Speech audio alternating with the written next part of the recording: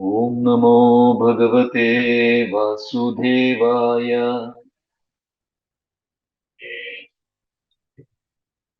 ഓം നമോ ഭഗവതേ വാസുദേവായ.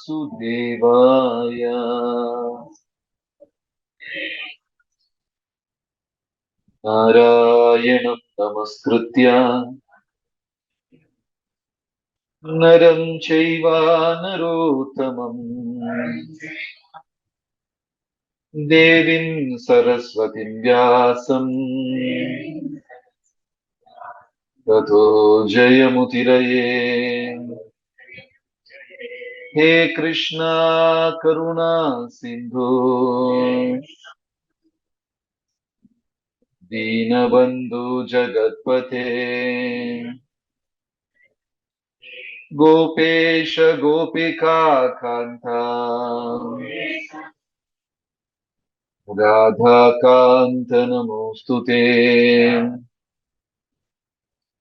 തപ്ത കാഞ്ചന ഗൗരാംഗീ രാധേ വൃന്ദാവനേശ്വരി വൃഷഭാനുസുതേ ദേവി പ്രണമാമി ഹരിപ്രിയേ. ജയ ശ്രീ കൃഷ്ണ ചൈതന്യ പ്രഭു നിത്യാനന്ദ ശ്രീ അദ്വൈത ഗദാധര ശ്രീവാസദി ഗൗരഭക്തവൃന്ദ. ഹരേ കൃഷ്ണ കൃഷ്ണ കൃഷ്ണ ഹരേ ഹരേ, ഹരേ രാമ രാമ രാമ ഹരേ ഹരേ. ഹരേ കൃഷ്ണ. ശ്രീ ശ്രീ കൃഷ്ണ ബലറാമ കീ ജയ. എല്ലാ ഭക്തജനങ്ങൾക്കും എന്റെ വിനീതമായ പ്രണാമം. കൃഷ്ണ ബലറാം റെസിഡൻസി ഈ ടെറസ് ഹാൾ 3 വർഷമായി. പക്ഷേ Krishna Balaram residency association devotees ഇവിടെ താമസിക്കാൻ തുടങ്ങിയിട്ട് 6-7 വർഷമായി. പൊതുവെ ഈ ഒരു സാഹചര്യത്തിൽ ഭക്തജനങ്ങൾ ഓടിപ്പോകുന്ന പതിവുണ്ട്. ശ്വാസം മുട്ടും. ചുറ്റിയും ഭക്തര് താമസിക്കുമ്പോൾ നടുക്കൊരു പുതിയ ആള് വന്ന് താമസിക്കുകയാണെങ്കിൽ അദ്ദേഹത്തിന് അത് ഉൾക്കൊള്ളാൻ സാധിക്കില്ല. ഭക്തജനങ്ങളുടെ ജീവിത രീതി ഒരു പ്രത്യേക ശൈലിയാണ്. അവരുടെ സംസ്കാരം ഒരു പ്രത്യേക രീതിയിലാണ്. ഈവൻ സംഭാഷണം പോലും, ഇപ്പൊ നിങ്ങൾ ഒരു പള്ളിയിൽ, ക്രിസ്ത്യാനി പള്ളിയിൽ പോയാൽ അവർക്ക് അവരുടേതായ ഒരു ലാംഗ്വേജ് ഉണ്ടാകും. മുഹമ്മദീയരുടെ പള്ളിയിൽ പോയാൽ അവർക്കൊരു ലാംഗ്വേജ് ഉണ്ടാകും. അതേപോലെ ഹരേ കൃഷ്ണക്കാർക്ക് ഒരു ഭാഷയുണ്ട്. Mercy prabhu, blessing prabhu, I am humble prabhu എന്നൊക്കെ പറഞ്ഞ ചില വാക്കുകളുണ്ട്. അർത്ഥമറിയാതെയാണ് നമ്മൾ ഉപയോഗിക്കുന്നത്. പക്ഷേ ഒരു ഒത്തൊരുമയോടെ ഒരു കമ്മ്യൂണിറ്റി ഇരുന്ന് ഭഗവാനെ സേവിക്കുമ്പോൾ പ്രഭുപാദർ പറഞ്ഞു, ആ സ്ഥലം വൈകുണ്ഠമാണ് എന്ന് പ്രഭുപാദർ പറഞ്ഞു. ഇതേപോലെ ഒരു സദസ് ദ്വാരകയില് ഭഗവാന്റെ കൊട്ടാരത്തുണ്ടായിരുന്നു. ദ്വാരക കൊട്ടാരത്തിൽ ഒരു ഹാളുണ്ട്. ആ ഹാളിലാണ് വെച്ച് ഭഗവാൻ എപ്പോഴും ബലരാമൻ, സാത്യകി, യുയുത്സു, പിന്നെ ഉദ്ധവര്, ഇവരെല്ലാം കൂടി റെഗുലറായിട്ട് ചർച്ച ചെയ്യുക. ആ ഹാളിന് സുധർമ്മ ഹാൾ എന്നാണ് പേര്. ആ ഹാളിലേക്ക് കയറുമ്പോ തന്നെ ഒരാളുടെ എല്ലാ തരത്തിലുള്ള മാനസികമായ പ്രയാസങ്ങളും ഇല്ലാണ്ട് ആകും എന്ന് മഹാഭാരതം പറയുന്നു. ബിൽഡിംഗ് അല്ല അവിടുത്തെ അന്തരീക്ഷം സൃഷ്ടിക്കുന്നത്, അവിടെ താമസിക്കുന്ന വ്യക്തികളുടെ മനോഭാവമാണ് അന്തരീക്ഷം സൃഷ്ടിക്കുന്നത്. ഞാൻ ജയ്പൂരില് ബിർള മന്ദിർ പോയി. മാർബിൾ കെട്ടിടം, ഒരു കൂറ്റൻ കെട്ടിടം, വളരെ മനോഹരമായ കൊത്തുപണികളൊക്കെ നിന്ന് ആൾക്കാരെല്ലാം അതാകുന്ന അതിശയിക്കുന്ന രീതിയിലുള്ള കൊത്തുപണികളൊക്കെ ആയിട്ട്. പക്ഷെ അകത്ത് ചെന്നപ്പോ ഒരു ഇസ്കോൺ അമ്പലത്തിൽ പോകുന്ന ആ ഒരു വൈബ്രേഷൻ അവിടെ ഇല്ല. ഭഗവാനെ വെച്ചിട്ടുണ്ട്, പക്ഷെ നമുക്കത് ഫീൽ ആവുന്നു. ആൾക്കാരെല്ലാം വന്ന് ഒരു വിനോദസഞ്ചാരം പോലെ കണ്ടിട്ട് അവർ തിരികെ പോവുകയാണ്. ഒരിക്കൽ ഹരേ കൃഷ്ണ പ്രസ്ഥാനത്തിന്റെ GBCയിൽ ഒരു ചർച്ചയുണ്ടായി. അതിൽ ഈ പ്രസ്ഥാനത്തിന്റെ മൂലധനം എന്താണ് എന്നതും ചർച്ച. ചിലർ പറഞ്ഞു കെട്ടിടങ്ങളാണ്, ചിലർ പറഞ്ഞു നമ്മുടെ വിഗ്രഹമാണ്, ചിലർ പറഞ്ഞു നമ്മുടെ പ്രവർത്തനങ്ങളാണ്, പുസ്തക വിനിയോഗം, പിന്നെ വിതരണം, പിന്നെ പ്രസാദ വിതരണം, നാമസങ്കീർത്തനം എന്നുള്ള നമ്മുടെ പ്രവർത്തനങ്ങളാണ് എന്ന് ചിലർ പറഞ്ഞു. ചിലര് പറഞ്ഞു നമ്മൾ രാവിലെ ചെയ്യുന്ന ജപമാണ് എന്നൊക്കെ പലരും പല അഭിപ്രായം പറഞ്ഞു. ഈ പ്രസ്ഥാനത്തിന്റെ മൂലധനം അല്ലെങ്കിൽ അസറ്റ്. അവസാനം അവരൊരു കൺക്ലൂഷനിലെത്തി. ഈ പ്രസ്ഥാനത്തിന്റെ അസറ്റ് എന്താണെന്ന് നിങ്ങൾക്ക് ഗസ് ചെയ്യാൻ പറ്റുമോ? ഈ പ്രസ്ഥാനത്തിന്റെ അസറ്റ് എന്താണെന്ന്? അസറ്റിന് എന്ത് പറയും മലയാളത്തില്? സ്വത്ത്, സമ്പത്ത്. ഈ പ്രസ്ഥാനത്തിന്റെ സമ്പത്ത് എന്താണ്? നമ്മൾ ചെയ്യുന്ന സാധനയാണോ, പ്രസാദമാണോ, പ്രവർത്തനമാണോ, കെട്ടിടങ്ങളാണോ, മന്ദിരങ്ങളാണോ, വിഗ്രഹങ്ങളാണോ, എന്താ? ഭക്തജനങ്ങളാണ് ഈ പ്രസ്ഥാനത്തിന്റെ സമ്പത്ത്. അപ്പോ നമ്മൾ ചെയ്യുന്ന എല്ലാ പ്രവർത്തനങ്ങളും ആ ഭക്തരെ കേന്ദ്രീകരിച്ചു കൊണ്ടായിരിക്കണം.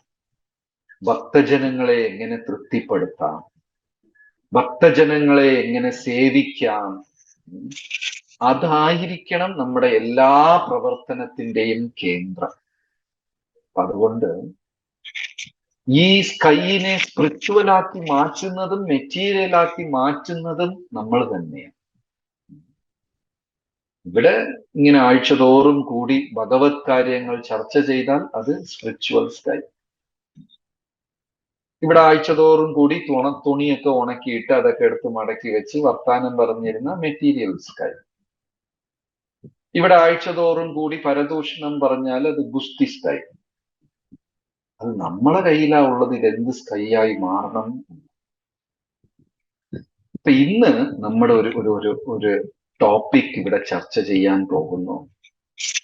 പലപ്പോഴും പ്രഭുപാദർ ഈ പ്രസ്ഥാനത്തിനെ ഹോസ്പിറ്റൽ എന്ന് ഉപമിച്ചിട്ടുണ്ട്. ഈ നമ്മുടെ ഈ പ്രസ്ഥാനം, ഇസ്കോൺ പ്രസ്ഥാനം, ഇതൊരു ആശുപത്രിയാണ് എന്ന് പലപ്പോഴും പ്രഭുപാദർ പറഞ്ഞിട്ടുണ്ട്. ഇവിടെ അല്ലാതെയും ആശുപത്രിയായി ബന്ധമുള്ള ചില ആൾക്കാരുണ്ട്, ഡോക്ടർമാരുണ്ട്. മാതാജി ഹോസ്പിറ്റലിലാണ് അല്ലേ? മാതാജി ഹോസ്പിറ്റലാണ്.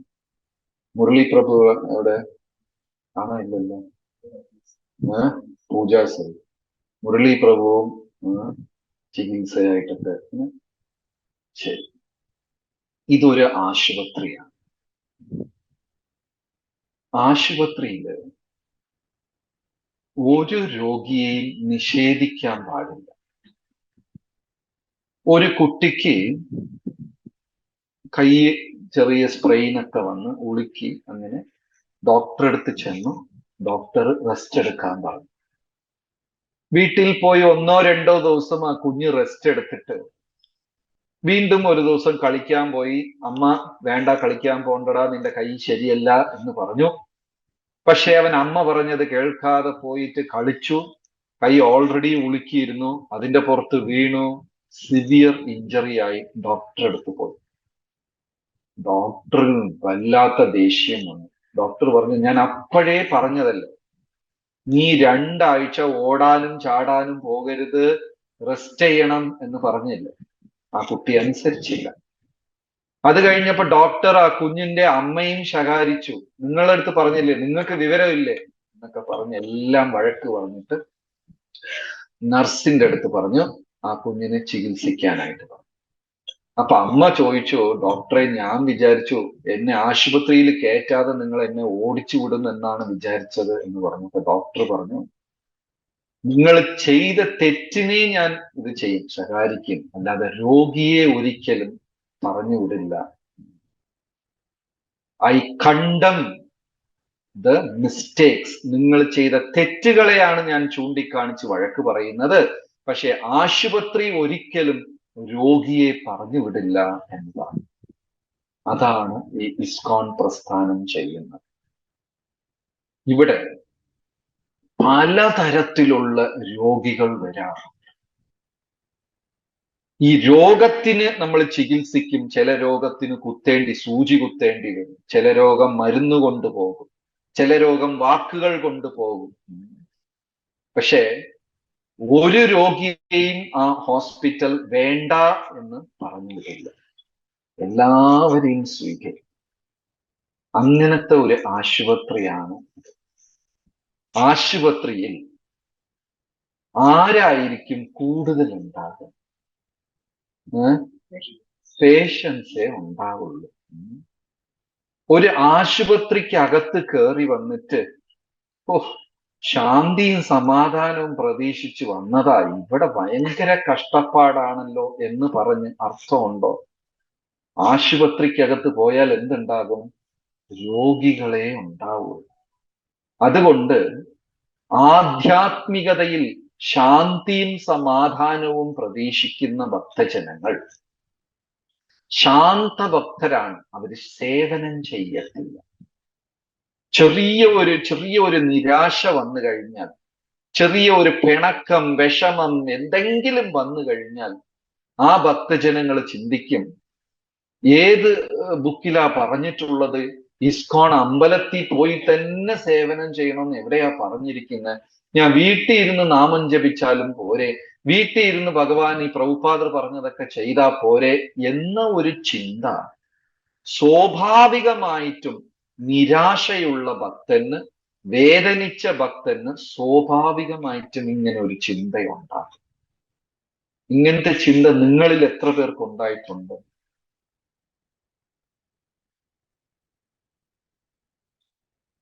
ആർക്കുമില്ല. ചെറുതായിട്ട് ഒരാൾക്ക് മാത്രമേ ഉണ്ടായിട്ടുള്ളൂ. എന്തിനാ ഞാൻ പോകുന്നു? എന്തിനാ അവിടെ പോയിട്ട് ഇതെല്ലാം ചെയ്തിട്ട് ഇതൊക്കെ നേരിടേണ്ടി വരുന്നത്? അങ്ങനെ ചിന്തിക്കുന്നവർ ശാന്തഭക്തരാണ്. ഈ ആശുപത്രിയിൽ ശാന്തിയും സമാധാനവും ഒരിക്കലും കിട്ടില്ല. അതാണ് പ്രതീക്ഷിച്ചു വരുന്നെങ്കിൽ ചിലപ്പോൾ നിരാശയുണ്ടാകും.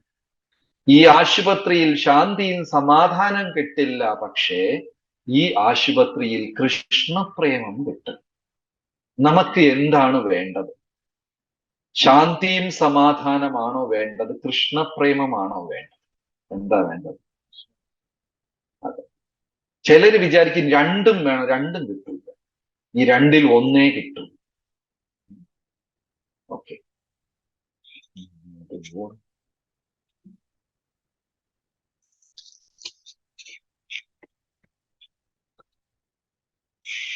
ഇതൊരു ഹോസ്പിറ്റലാണ്. ഈ ഹോസ്പിറ്റലിൽ 4 കൂട്ടം ആൾക്കാരെ നമുക്ക് കാണാൻ പറ്റും. മേലാരാ ഉള്ളത്? ഡോക്ടേഴ്സ് ഉണ്ട്. അത് കഴിഞ്ഞാൽ നഴ്സ് ഉണ്ട്. പിന്നെ ഈ അറ്റൻഡൻസ്, അസിസ്റ്റന്റ്, ടെക്നീഷ്യൻ, അങ്ങനെ കുറെ പേരൊക്കെ കാണും. പിന്നെ പേഷ്യൻസ്. ആരാ കൂടുതൽ ഉണ്ടാവുക? പേഷ്യൻസ് ആണ് കൂടുതൽ ഉണ്ടാവുക. ഇതിപ്പോ നമ്മൾ ഒരു ആശുപത്രിയാണ്. പേഷ്യൻസ് കൂടുതൽ ഉണ്ടാകും. പിന്നെ അറ്റൻഡൻസ്, ടെക്നീഷ്യൻസ്, അങ്ങനെ ഒരു വിഭാഗം ജനം കാണും. പിന്നെ നഴ്സുമാർ കാണും. പിന്നെ ഡോക്ടർ കാണും. ഇപ്പൊ പേഷ്യൻസ് ആരാണെന്ന് പറഞ്ഞാൽ ഒരു ഭക്തൻ, തുടക്കക്കാരനായേക്കാം, അല്ലെങ്കിൽ വന്ന് കുറച്ചു കാലം പരിശീലിക്കുന്ന ഒരു ഭക്തനായേക്കാം. ഇങ്ങനത്തെ ഭക്തൻ. നമുക്ക് പലപ്പോഴും അത്ഭുതം തോന്നും. ഈ ഒരു ചോദ്യം ആരംഭകാലത്ത്, തുടക്കകാലത്ത് എല്ലാ ഭക്തർക്കും ഉണ്ടാകും. ഇദ്ദേഹം നാമം ജപിക്കുന്ന ആളല്ലേ, എന്നിട്ടെന്താ ഇങ്ങനെയൊക്കെ പ്രവർത്തിക്കുന്നത്? നാമം ജപിക്കുന്ന ആൾ എങ്ങനെയാ കുറ്റം പറയുക? നാമം ജപിക്കുന്ന ആൾ എങ്ങനെയാ വിമർശിക്കുക? നാമം ജപിക്കുന്ന ആൾ എങ്ങനെയാ കുറ്റം കണ്ടുപിടിക്കുക? നാമം ജപിക്കുന്ന ആൾ എങ്ങനെയാ നിസ്സഹരണ ഭാവത്തിൽ ഒരു സഹകരണം ഇല്ലാതെ ഇരിക്കുക? നാമം ജപിക്കുന്ന ആൾ എങ്ങനെ ഉത്തരവാദിത്വമില്ലാതെ മാറി നിൽക്കുന്നു? ഇത് സ്വാഭാവികമായിട്ടും നമുക്ക് ഇങ്ങനെയൊക്കെ തോന്നും. ഇദ്ദേഹം ഒരു ഹരേ കൃഷ്ണ ഭക്തനല്ലേ, എന്തിനാ ദേഷ്യപ്പെടണം? ഇദ്ദേഹം ഹരേ കൃഷ്ണ ഭക്തനല്ലേ, പറഞ്ഞിട്ട് ഒരു ഉത്തരവാദിത്വം ഇല്ലാതെ പോകുന്നു. ഇദ്ദേഹം ഹരേ കൃഷ്ണ ഭക്തനല്ലേ, എപ്പോഴും കുറ്റം പറഞ്ഞുകൊണ്ടിരിക്കുന്നു. ഇങ്ങനെ ഒരു തോട്ട് നമുക്ക് ഉണ്ടായിട്ടുണ്ടോ? അതും ഉണ്ട്. എല്ലാരും ഭക്തരാണ്. പക്ഷേ ഭക്തിയുടെ തുടക്കത്തിൽ മൊത്തം അഴുക്കാണ് നമ്മുടെ ഉള്ളിൽ. അത്രയ്ക്ക് അഴുക്കാണ്. രസകരമായിട്ട് ഒരു പ്രഭു ഒരു തമാശ പറഞ്ഞു. ഒരു സീനിയർ പ്രഭുപാദ് ഡിസൈപ്പിളാ ഒരു തമാശ പറഞ്ഞു. അദ്ദേഹം ഒരു ദിവസം വൈകുണ്ഠത്തിൽ പോയി, ഗോലോകത്തിൽ പോയി. അദ്ദേഹത്തിന് ഗോലോകത്തിൽ കയറിയ ഉടനെ ഭയങ്കര ഷോക്ക്.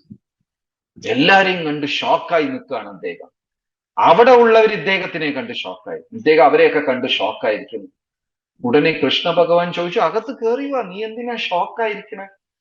ആ പ്രഭു നിൽക്കുന്ന അദ്ദേഹം 24 മണിക്കൂർ ആൾക്കാരെ കുറ്റം പറഞ്ഞുകൊണ്ടിരിക്കുന്ന ആൾ, അയാൾക്ക് ഇങ്ങനെ ഗോലോകത്ത് എൻട്രി കിട്ടി? ഈ പ്രഭു പൈസ മോഷ്ടിച്ച ആളാണ്. ആ പ്രഭു കിച്ചണിൽ നിന്ന് നെയ്യ് മോഷ്ടിച്ച ആളാണ്. ഇദ്ദേഹം സേവൻ, ഇവരെല്ലാം ഇങ്ങനെ ഗോലോകത്തിൽ വന്നു. ഭഗവാൻ പറഞ്ഞു, അവരും നിന്നെ അതുപോലെ ചിന്തിച്ച് അതിശയിച്ചിരിക്കുകയാണ്, നീ എങ്ങനെ ഗോലോകത്തിൽ വന്നു.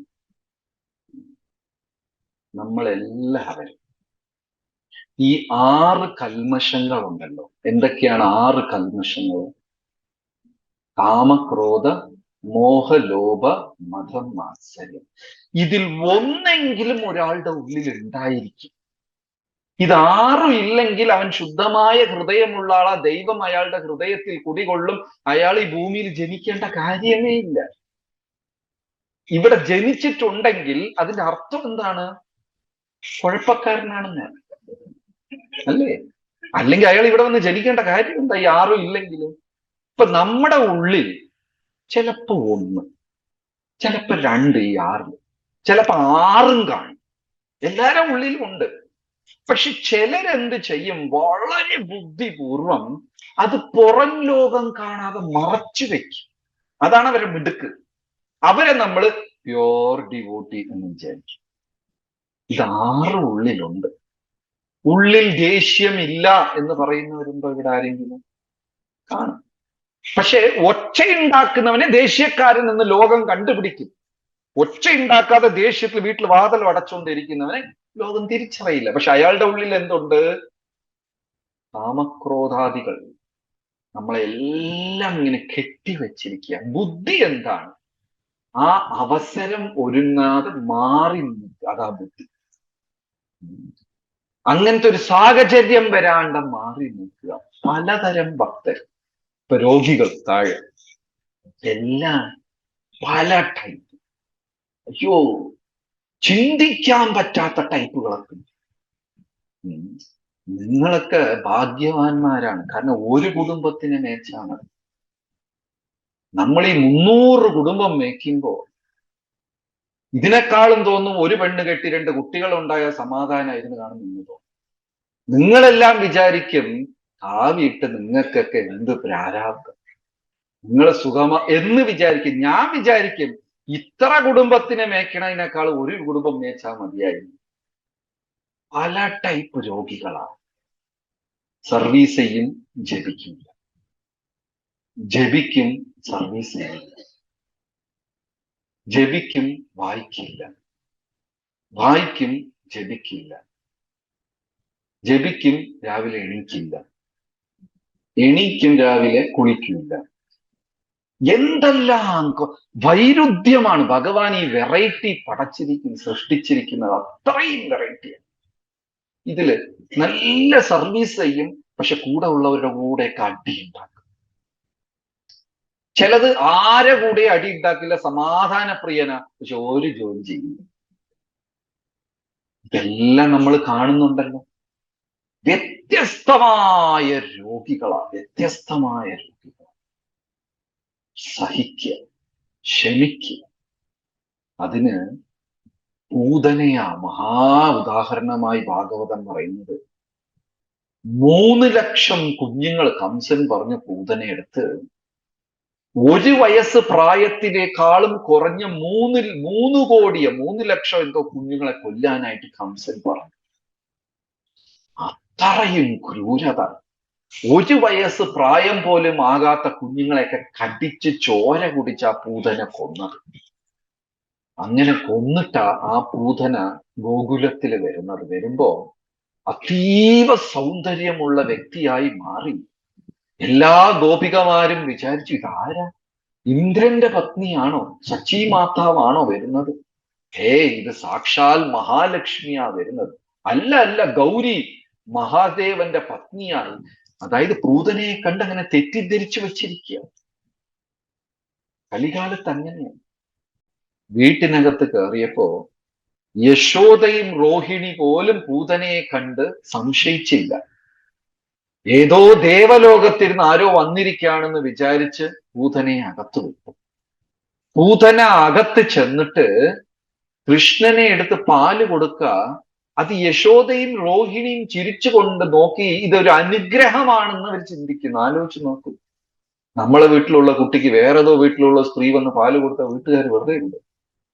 പക്ഷെ ഇവര് എന്താ ചിന്തിക്കണ? ഏതോ ദേവലോകത്തിരുന്ന് ആരോ വന്നിരിക്കുക, ദേവൻ ദേവിമാർ അങ്ങനെ ഉയർന്നവർ വന്നിരിക്കുക എന്ന് അനുഗ്രഹമാണെന്ന് ചിന്തിക്കുന്നു. പക്ഷെ ഭഗവാനെ പൂതന കയ്യിലെടുത്ത നിമിഷം പൂതനെ ഭഗവാൻ കണ്ണടച്ചു. പൂതനയെ കാണാൻ തയ്യാറായില്ല. എന്തുകൊണ്ട് ഭഗവാൻ പൂതനയെ കാണാൻ തയ്യാറായില്ല? ഇത്രയും കുഞ്ഞുങ്ങളെ കൊന്ന പാവ്യ, മത്സ്യമാംസാദികൾ കഴിക്കുന്നവർ, അവര് അമ്പലത്തിൽ ഫ്രണ്ടിൽ വന്ന കണ്ണടച്ചാകുമ്പോൾ അറിയുന്നില്ല അവർ കേരളത്തിൽ എന്തുമാത്രം മത്സ്യമാംസാദികൾ കഴിക്കുന്നു. അവരെ പ്രാർത്ഥനകൾ ഒരിക്കലും ദൈവം സ്വീകരിക്കില്ല. പൂതന വന്നപ്പോ ഭഗവാൻ കണ്ണടച്ചു. പൂതനയെ കാണാൻ കൂട്ടാക്കിയില്ല. അത് കഴിഞ്ഞ് പാലോട് ചേർത്ത് ആ പൂതനയുടെ ജീവനും വലിച്ചെടുത്തു. പൂതന നിലവിളിച്ചുകൊണ്ട് വീട്ടിൽ നിന്ന് വെളിയിൽ ഓടി ഭീമാകാരമായി വളർന്നു. അലറിക്കൊണ്ട് താഴെ വീണ് ചത്തു, ജീവൻ വിട്ടു. അതിനിടയ്ക്ക് ബ്രജവാസികളെല്ലാം പേടിച്ചുപോയി. പക്ഷെ അത്ഭുതം, ഇത്രയും പാവിയായ പൂതനയ്ക്ക് ഗോലോകത്തിൽ അമ്മയുടെ സ്ഥാനം മോക്ഷപ്രാപ്തി കൊടുത്തു. പരീക്ഷിത്ത് അമ്പരന്ന് പോയി. ഇതെങ്ങനെ സാധിച്ചു? ഇത്രയും വലിയ പാപിക്ക് എങ്ങനെ മോക്ഷപ്രാപ്തി കിട്ടി? അഹോ ബക്കിയം സ്തനകാലകൂഠം, കാലകൂട വൃഷം സ്തനത്തിൽ പുരട്ടിക്കൊണ്ടുവന്ന ഈ ബക്കാസുരന്റെ അനുജത്തി, നീ എന്ത് പുണ്യം ചെയ്തിട്ടാ നിനക്ക് മോക്ഷപ്രാപ്തി? തെറ്റ് ചെയ്തതാ. പക്ഷെ ആ കൂട്ടത്തില് പൂതന ഒരു നല്ലതും ചെയ്തു. ഇത്രയും കൊലപാതകം ചെയ്ത പൂതന ഒരു നല്ല കാര്യം ചെയ്തു. എന്ത് നല്ല കാര്യം ചെയ്തു? പാല്. ഇതേ അവസ്ഥയിലാണ് നമ്മൾ. ഒരു വശത്ത് സേവനവും ചെയ്യുന്നുണ്ട്, നാമജപവും ചെയ്യുന്നു. ഇനിയൊരു വശത്ത് അടി ഉണ്ടാക്കുന്നു, കുറ്റം പറയുന്നു, പരദൂഷണം പറയുന്നു, ഭക്തിക്ക് വിരുദ്ധമായ പ്രവർത്തനങ്ങൾ ചെയ്യുന്നു. പക്ഷേ പൂതനയെ പോലും ഭഗവാൻ ഒഴിവാക്കിയില്ല എന്നുള്ളതാണ്. ബൈബിളിൽ ആ വളരെ പ്രസിദ്ധമായ വചനമുണ്ട്, hate the sin not the sinner. പാപിയെ വെറുക്കല്ലേ. എന്തിനെ വെറുക്കണം? പാപത്തിനെ വെറുക്കണം, പാപിയെ. പക്ഷെ നമ്മളെ പ്രവർത്തനത്തിൽ എന്ത് സംഭവിക്കും? ഒരാൾ തെറ്റ് ചെയ്താൽ മനസ്സിനകത്ത് ആ വ്യക്തിയെ കുറിച്ച് ഒരു രൂപമുണ്ടാക്കി ആ വ്യക്തിയെ നിരന്തരം നമ്മൾ വെറുക്കുകയാണ് ചെയ്യുന്നത്. വ്യക്തികളെ വെറുക്കരുത്, വ്യക്തികളെ തള്ളരുത്, വ്യക്തികളെ കുറ്റം പറയരുത്. കാരണം ഈ ലോകത്ത് എല്ലാവരും അങ്ങനെ തന്നെയാണ്. ആചാര്യന്മാര് പറയുന്നു ഉത്തമനായ പുരുഷൻ ഒരുവനെ അവൻ തമിഴില് ആചാര്യന്മാർ പറയും ഉത്തമനാன പുരുഷൻ ഒരുവനെ അവൻ രാമനെ. അതുകൊണ്ട് ആ പുരുഷോത്തമൻ എന്ന പേര്. പെർഫെക്റ്റ് ആയിട്ട് ഒരാളെ ഭൂമിയിൽ വന്നിട്ടുള്ളൂ. ആരാ? ശ്രീരാമചന്ദ്രമൂർത്തി. ബാക്കി എല്ലാം കുഴപ്പക്കാരില്ല. അപ്പോ തെറ്റുകൾ ചെയ്യും. കാരണം എല്ലാവരും തെറ്റ് ചെയ്യും. എല്ലാവരും കാമക്രോധാദികളിൽ കുടുങ്ങിക്കിടക്കുന്നവരാണ്. അപ്പോ വ്യക്തിയെ നമുക്ക് ഒരിക്കലും തള്ളാനോ വെറുക്കാനോ സാധിക്കില്ല. ഇത് ആശുപത്രിയാണ്. രോഗികളെ ഉണ്ടാവുള്ളൂ. ഒരു ബെഡിൽ കിടക്കുന്ന രോഗി അപ്പുറത്ത് ബെഡിൽ കിടക്കുന്ന ചുമയ്ക്കുന്ന രോഗിയെ കുറ്റം പറഞ്ഞിട്ട് വല്ല കാര്യമുണ്ടോ? രണ്ടുപേരും വാടി കിടക്കുക. ഒരാൾ അപ്പുറത്ത് ചുമയോട് ചുമ. ഇയാൾക്കോ യൂറിനും ഇതെല്ലാം കൺട്രോൾ ഇല്ലാതെ പോയിക്കൊണ്ടിരിക്കുന്നു. ഈ രോഗി ആ രോഗിയെ കണ്ടിട്ട് എടാ കുറച്ച് ചുമയ്ക്കാതിരി, സമാധാനമായിട്ട് ഞാൻ കിടക്കട്ടെ എന്ന് കുറ്റം പറഞ്ഞാൽ അർത്ഥമുണ്ടാ? അവന് വേറെ രോഗം, ഇവന്റെ വേറെ രോഗം. എല്ലാരും രോഗി. നമ്മുടെ ഉള്ളിൽ കാമക്രോധാദികൾ ഉണ്ടോ ഇല്ല? പലപ്പോഴും അതിനെ നിർജീവമാക്കുന്നതിനേക്കാളും അതിനെ മറയ്ക്കാനാണ് നമ്മൾ ശ്രമിക്കുന്നത്. ശരിയാണോ തെറ്റാണോ? അതിനെ പിഴുതെടുത്ത് കളയാൻ ശ്രമിക്കുന്നതിനേക്കാളും നമ്മൾ എന്താ ശ്രമിക്കുക? അതിനെ കവറപ്പ് ചെയ്യാനാണ് ശ്രമിക്കുക. ഇവരായിരിക്കും ഏറ്റവും കൂടുതൽ ആൾക്കാർ. ആര്? രോഗികൾ. നമ്മളൊക്കെ തന്നെ. ശരി, അടുത്ത കാറ്റഗറി എന്താണ്? അറ്റൻഡേഴ്സ്, ക്ലീനർ, ഇവരെല്ലാം. ഇവരില്ലാതെ ആശുപത്രി നടക്കുമോ? ഇതിൽ ആരില്ലെങ്കിലും ആശുപത്രി ഇല്ല. ഈ 3 പേരുണ്ട്. നഴ്സുണ്ട്, അറ്റൻഡർ ഉണ്ട്, രോഗിയുണ്ട്, ഡോക്ടർ ഇല്ല. ആശുപത്രി മുന്നോട്ട് പോവോ? ഇല്ല. ഡോക്ടർ ഉണ്ട്, അറ്റൻഡർ ഉണ്ട്, പേഷ്യന്റ് ഉണ്ട്, നേഴ്സ് ഇല്ല. മുന്നോട്ട് പോവോ? പോവില്ല. അറ്റൻഡർ ഇല്ല, പോവോ? ശരി, ഇവര് 3 പേരുണ്ട്, പേഷ്യന്റ് ഇല്ല. അത് പിന്നെ ആശുപത്രിയേ അല്ല. അടുത്തത് അറ്റൻഡേഴ്സ്. ഇവരാരാ? സേവാധാരികൾ. അമ്പലത്തില് സേവ ചെയ്യും. ഈ അറ്റൻഡേഴ്സ്, ഹോസ്പിറ്റലില് ക്ലീനേഴ്സ്, അറ്റൻഡേഴ്സ്, ഇവരെല്ലാം ഒരു ഹോസ്പിറ്റലിൽ ഡോക്ടർ അടുത്ത് ചെന്ന് വഴക്ക് പറയാൻ പറ്റുമോ? ഞാൻ ഇപ്പൊ റൂം ക്ലീൻ ചെയ്തിട്ട് വന്നേയുള്ളൂ, ആ സിറിഞ്ചും വേസ്റ്റും കോട്ടണും ഇതെല്ലാം വീണ്ടും അവിടെ എല്ലാം നിങ്ങൾ കോട്ടൺ ചോര, അങ്ങനെ പറയാൻ പറ്റുമോ? ജോലി എന്താണ്? വീണ്ടും വീണ്ടും വീണ്ടും വീണ്ടും പരാതിയേ ഇല്ലാതെ സേവനം ചെയ്തുകൊണ്ടിരിക്കുക. ആ സേവനത്തിൽ അമ്പലം വൃത്തിയാകുന്നോ ഇല്ലെന്ന് എനിക്കറിയില്ല, പക്ഷെ നമ്മുടെ ഉള്ളു വൃത്തിയായിക്കൊണ്ടേയിരിക്കും. ഒരു തുണിക്കടയില് അവിടെ ഉള്ള ജോലിക്കാരെ പോലെ ചിലപ്പോ നമുക്ക് സങ്കടം തോന്നും. ചില അമ്മമാര്, മാതാജിമാരൊക്കെ ചെന്ന് കഴിഞ്ഞു ആ കട മുഴുവൻ എടുത്ത് തലകുത്തനെ വെച്ചിട്ട് ഒന്നും മേടിക്കാതെ വരും. അങ്ങനെയൊക്കെ ചെയ്യാറുണ്ടാ? ഇഷ്ടം പോലെ. ഭർത്താവ് പറയാ അയ്യോ പാവമല്ലേ. ഭാര്യ ചോദിക്കും നിങ്ങൾക്ക് ആ സ്ത്രീ അറിയാമോ? പിന്നെ ഉണ്ടാവില്ല. ആ റോയിലുള്ളതെല്ലാം എടുത്ത് അതിനൊക്കെ വലിച്ചിട്ട്, അപ്പുറത്തുള്ളത് വലിച്ചിട്ട്, അതെല്ലാം എടുത്ത് അവസാനം ബില്ലടയ്ക്കാൻ പോകുമ്പോൾ അവിടെ ഒരു ബൊമ്മ നിൽക്കും, അതിന്റെ ഊരി തരാൻ പറയും. അറ്റൻഡർ, സേവാധാരികൾ. നമ്മൾ അമ്പലത്തിൽ സേവനം ചെയ്യുന്നത് ചേതോദർപ്പണമാർജനം. അമ്പലം വൃത്തിയാകുന്നുണ്ടോ ഇല്ലേ അറിയില്ല. എന്ത് വൃത്തിയാകുന്നു? ഉള്ളു വൃത്തിയാകുന്നു. പരാതിയെ ഇല്ലാതെ വീണ്ടും വീണ്ടും ചെയ്തത് തന്നെ ചെയ്തോണ്ടേയിരിക്കാം. ഒരു ഗുരു ശിഷ്യന്റെ അടുത്ത് ബാസ്ക്കറ്റിൽ നദിയിൽ നിന്ന് വെള്ളം എടുത്തോണ്ട് വരാൻ പറഞ്ഞപ്പോൾ അവൻ താഴെ നദിയിൽ നിന്ന് വെള്ളം എടുത്തോണ്ട് വരും. മേലെ വരുന്നതിന് മുമ്പ് വെള്ളം എല്ലാം ആ ചോർന്നു പോകും. ബാസ്ക്കറ്റ് അല്ലേ, ഹോൾ എല്ലാം പോകും. ഗുരു എടുത്ത് പറഞ്ഞ് ഞാൻ എടുത്ത് തീർന്നു, നിനക്ക് വേഗം പോരാ, ഓടിപ്പോ എടുത്തോണ്ട് പോവാ. ഇപ്പൊ ഓടി വന്ന് എടുത്തോണ്ട് വെള്ളം പോകും. ഞാൻ ഓടിയാ, ഇതൊന്നും വേഗം പോരാ, ഇനിയും. ഇവൻ ഒരു 10-20 പ്രാവശ്യം മേലെയും താഴെയും ഓടി അവസാനം ഗുരുവിന്റെ അടുത്ത് പറഞ്ഞു ഇത് നടക്കാത്ത കാര്യം. ഗുരു പറഞ്ഞു എനിക്കും അറിയാതെ നടക്കാത്ത കാര്യം, പിന്നെ എന്തിനാ എന്നെ ഇത്രയിട്ട് ഓട്ടിച്ചത്? ഇപ്പൊ ആ കൊട്ട ബാസ്ക്കറ്റിന് നോക്കിയപ്പോ അതിലുള്ള അഴുക്കെല്ലാം പോയി. മനസ്സിലായി? ചില സമയം ഈ പ്രസ്ഥാനം ഏതെങ്കിലും ഒന്ന് പറയും, നമ്മൾ എന്തെങ്കിലും ചെയ്തുകൊണ്ടിരിക്കും, പക്ഷെ വേറെ എവിടെയെങ്കിലും ആയിരിക്കും ആ ചികിത്സ നടക്കുന്നത്. സേവാധാരികൾ ഒരു വ്യക്തിക്ക് ഈ രോഗിയിലിരുന്ന് അടുത്ത സ്റ്റേജിലേക്ക് ഉയരണമെങ്കിൽ നമുക്കെല്ലാവർക്കും എന്തെങ്കിലും ഒരു സേവനം കൂടെ ഉണ്ടായിരിക്കണം. നാമജപം, ഗ്രന്ഥപാരായണം, എന്തെങ്കിലും ഒരു ഉത്തരവാദിത്വമുള്ള സേവനം. ഇപ്പോ ഞാൻ വന്നിട്ട് 1994 തിരുവനന്തപുരത്ത് വന്നു. ഈ വർഷം കറക്റ്റ് 30 വർഷം കഴിഞ്ഞു. എത്രയോ പേര് വന്നു പോയി നിന്നു, പലതും സംഭവിച്ചിട്ടുണ്ട്.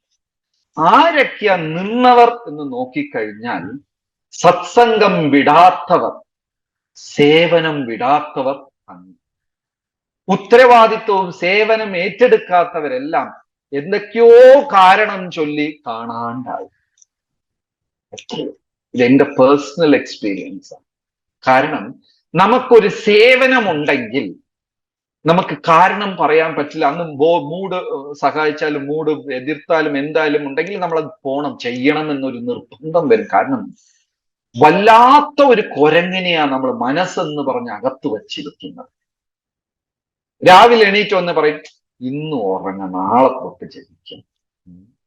നമ്മുടെ മൈൻഡ് ഒരിക്കലും ഭക്തിയോട് സഹകരിക്കോ? സഹകരിക്കില്ല. അവിടെ പോയ അത് ചെയ്യണ്ട, ഇവിടെ പോയ ഇത് ചെയ്യണ്ട. അപ്പൊ നമുക്ക് സേവനവും കൂടെ ഇല്ലെങ്കിൽ എന്താകും? നമ്മളവിടെ പോവില്ല. നമ്മളൊന്നും ഹരിദാസ് ഠാക്കൂർ അല്ല. 1 മണിക്കൂർ ഉറങ്ങിയ ഉടനെ മനസ്സ് ചാടി എണീറ്റ് എന്റെ കൃഷ്ണപ്രേമം കിട്ടണം, കൃഷ്ണപ്രേമം കിട്ടണം, രാധേ കൃഷ്ണ ജപിക്കാൻ. ഉറങ്ങി ആ ജപം മൊത്തം അല്ലേ? ചിലപ്പോഴൊക്കെ നമ്മൾ 16 ഇന്ന് 2 ബാക്കി, ചില ദിവസം 3 ബാക്കി, ചില ദിവസം 4 ബാക്കി, ലിസ്റ്റൊക്കെ ഇട്ട് ഒരു 40. ആദ്യം തൊട്ട് തുടച്ച് 1 ഭഗവാൻ എല്ലാം മനസ്സിലാവും. ഇങ്ങനെയൊക്കെയാണ്. അപ്പൊ എന്തെങ്കിലും ഒരു സേവനം എന്ന് പറയുന്നത് റിലേഷൻഷിപ്പാണ്. ഇപ്പോ സുഹൃത്ത് ഗോപാലില്ലേ,